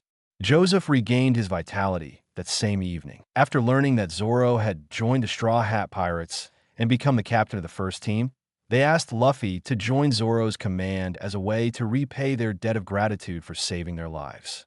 Luffy didn't mind this situation, as he was already Zoro's subordinate, so joining Zoro's first team was fine. Crew member Johnny joins, average aptitude, receives 5 adventure coins, Crew member Joseph joins, average aptitude, receives 5 adventure coins. The only thing that made him complain was that these two were at the same level as Kobe, all weaklings. He could only let Zoro teach them. Time flew by, and a week passed in the blink of an eye. The fleet finally entered the target sea area, and Kokoyashi village was within reach. At this moment, in the warship's conference room, Luffy sat in the main seat, and the people participating in the combat meeting included Nami, Usopp, Zoro, Johnny, Joseph, and Marine Captain. His gaze swept over everyone, and then Luffy remembered to ask, "By the way, what's your name?" The captain who was asked burst into tears. Luffy-sama finally remembered. "I am called D. Luma, belonging to the East Blue 153rd Branch, Marine Captain." "Got it, Captain." Luffy nodded, pointed to a coordinate on the map, and said, "According to Nami's information, we will be able to see the Dragon Pirate stronghold in half an hour. You should all know that it is a pirate crew composed entirely of fishmen. With our firepower, it's easy to wipe them out, but it's difficult to completely annihilate them without leaving anyone behind." Upon hearing this, D. Luma felt that he needed to make an appropriate contribution and immediately said, "Because fishmen can dive." "That's right. If a few of them escape, it could have a negative impact." Luffy nodded, turned to Nami beside him, and asked, "Nami, what kind of outcome do you want?" As the victim, she had the most say. Seeing everyone's gaze focused on her, Nami took a deep breath and said, "Please drive them away. I'm counting on all of you. You're too kind." Luffy's face was speechless, changing from his usual gentleness to a cold and ruthless tone. "Not a single one left. Kill them all." Note: when Luffy fought Kaido, there was a scene where he was knocked off an island and then ran back in the air. I made some changes to the original. After all, the original running scene was too cartoonish and too silly, not suitable for the protagonist character. 024, I am your navigator. Kill them all. Leave no one alive. This bloody statement sent a No more novels? Take part in the voting. The most requested novels and those with the most likes will be chosen for publication on euroaudiobooks.com. There, I can upload as much as I want without the risk of receiving a strike. Our 18 novels and other content that exceed what is morally acceptable are only published on Patreon or the free novels page. Remember, the site is funded by donations on Ko-fi and Patreon memberships.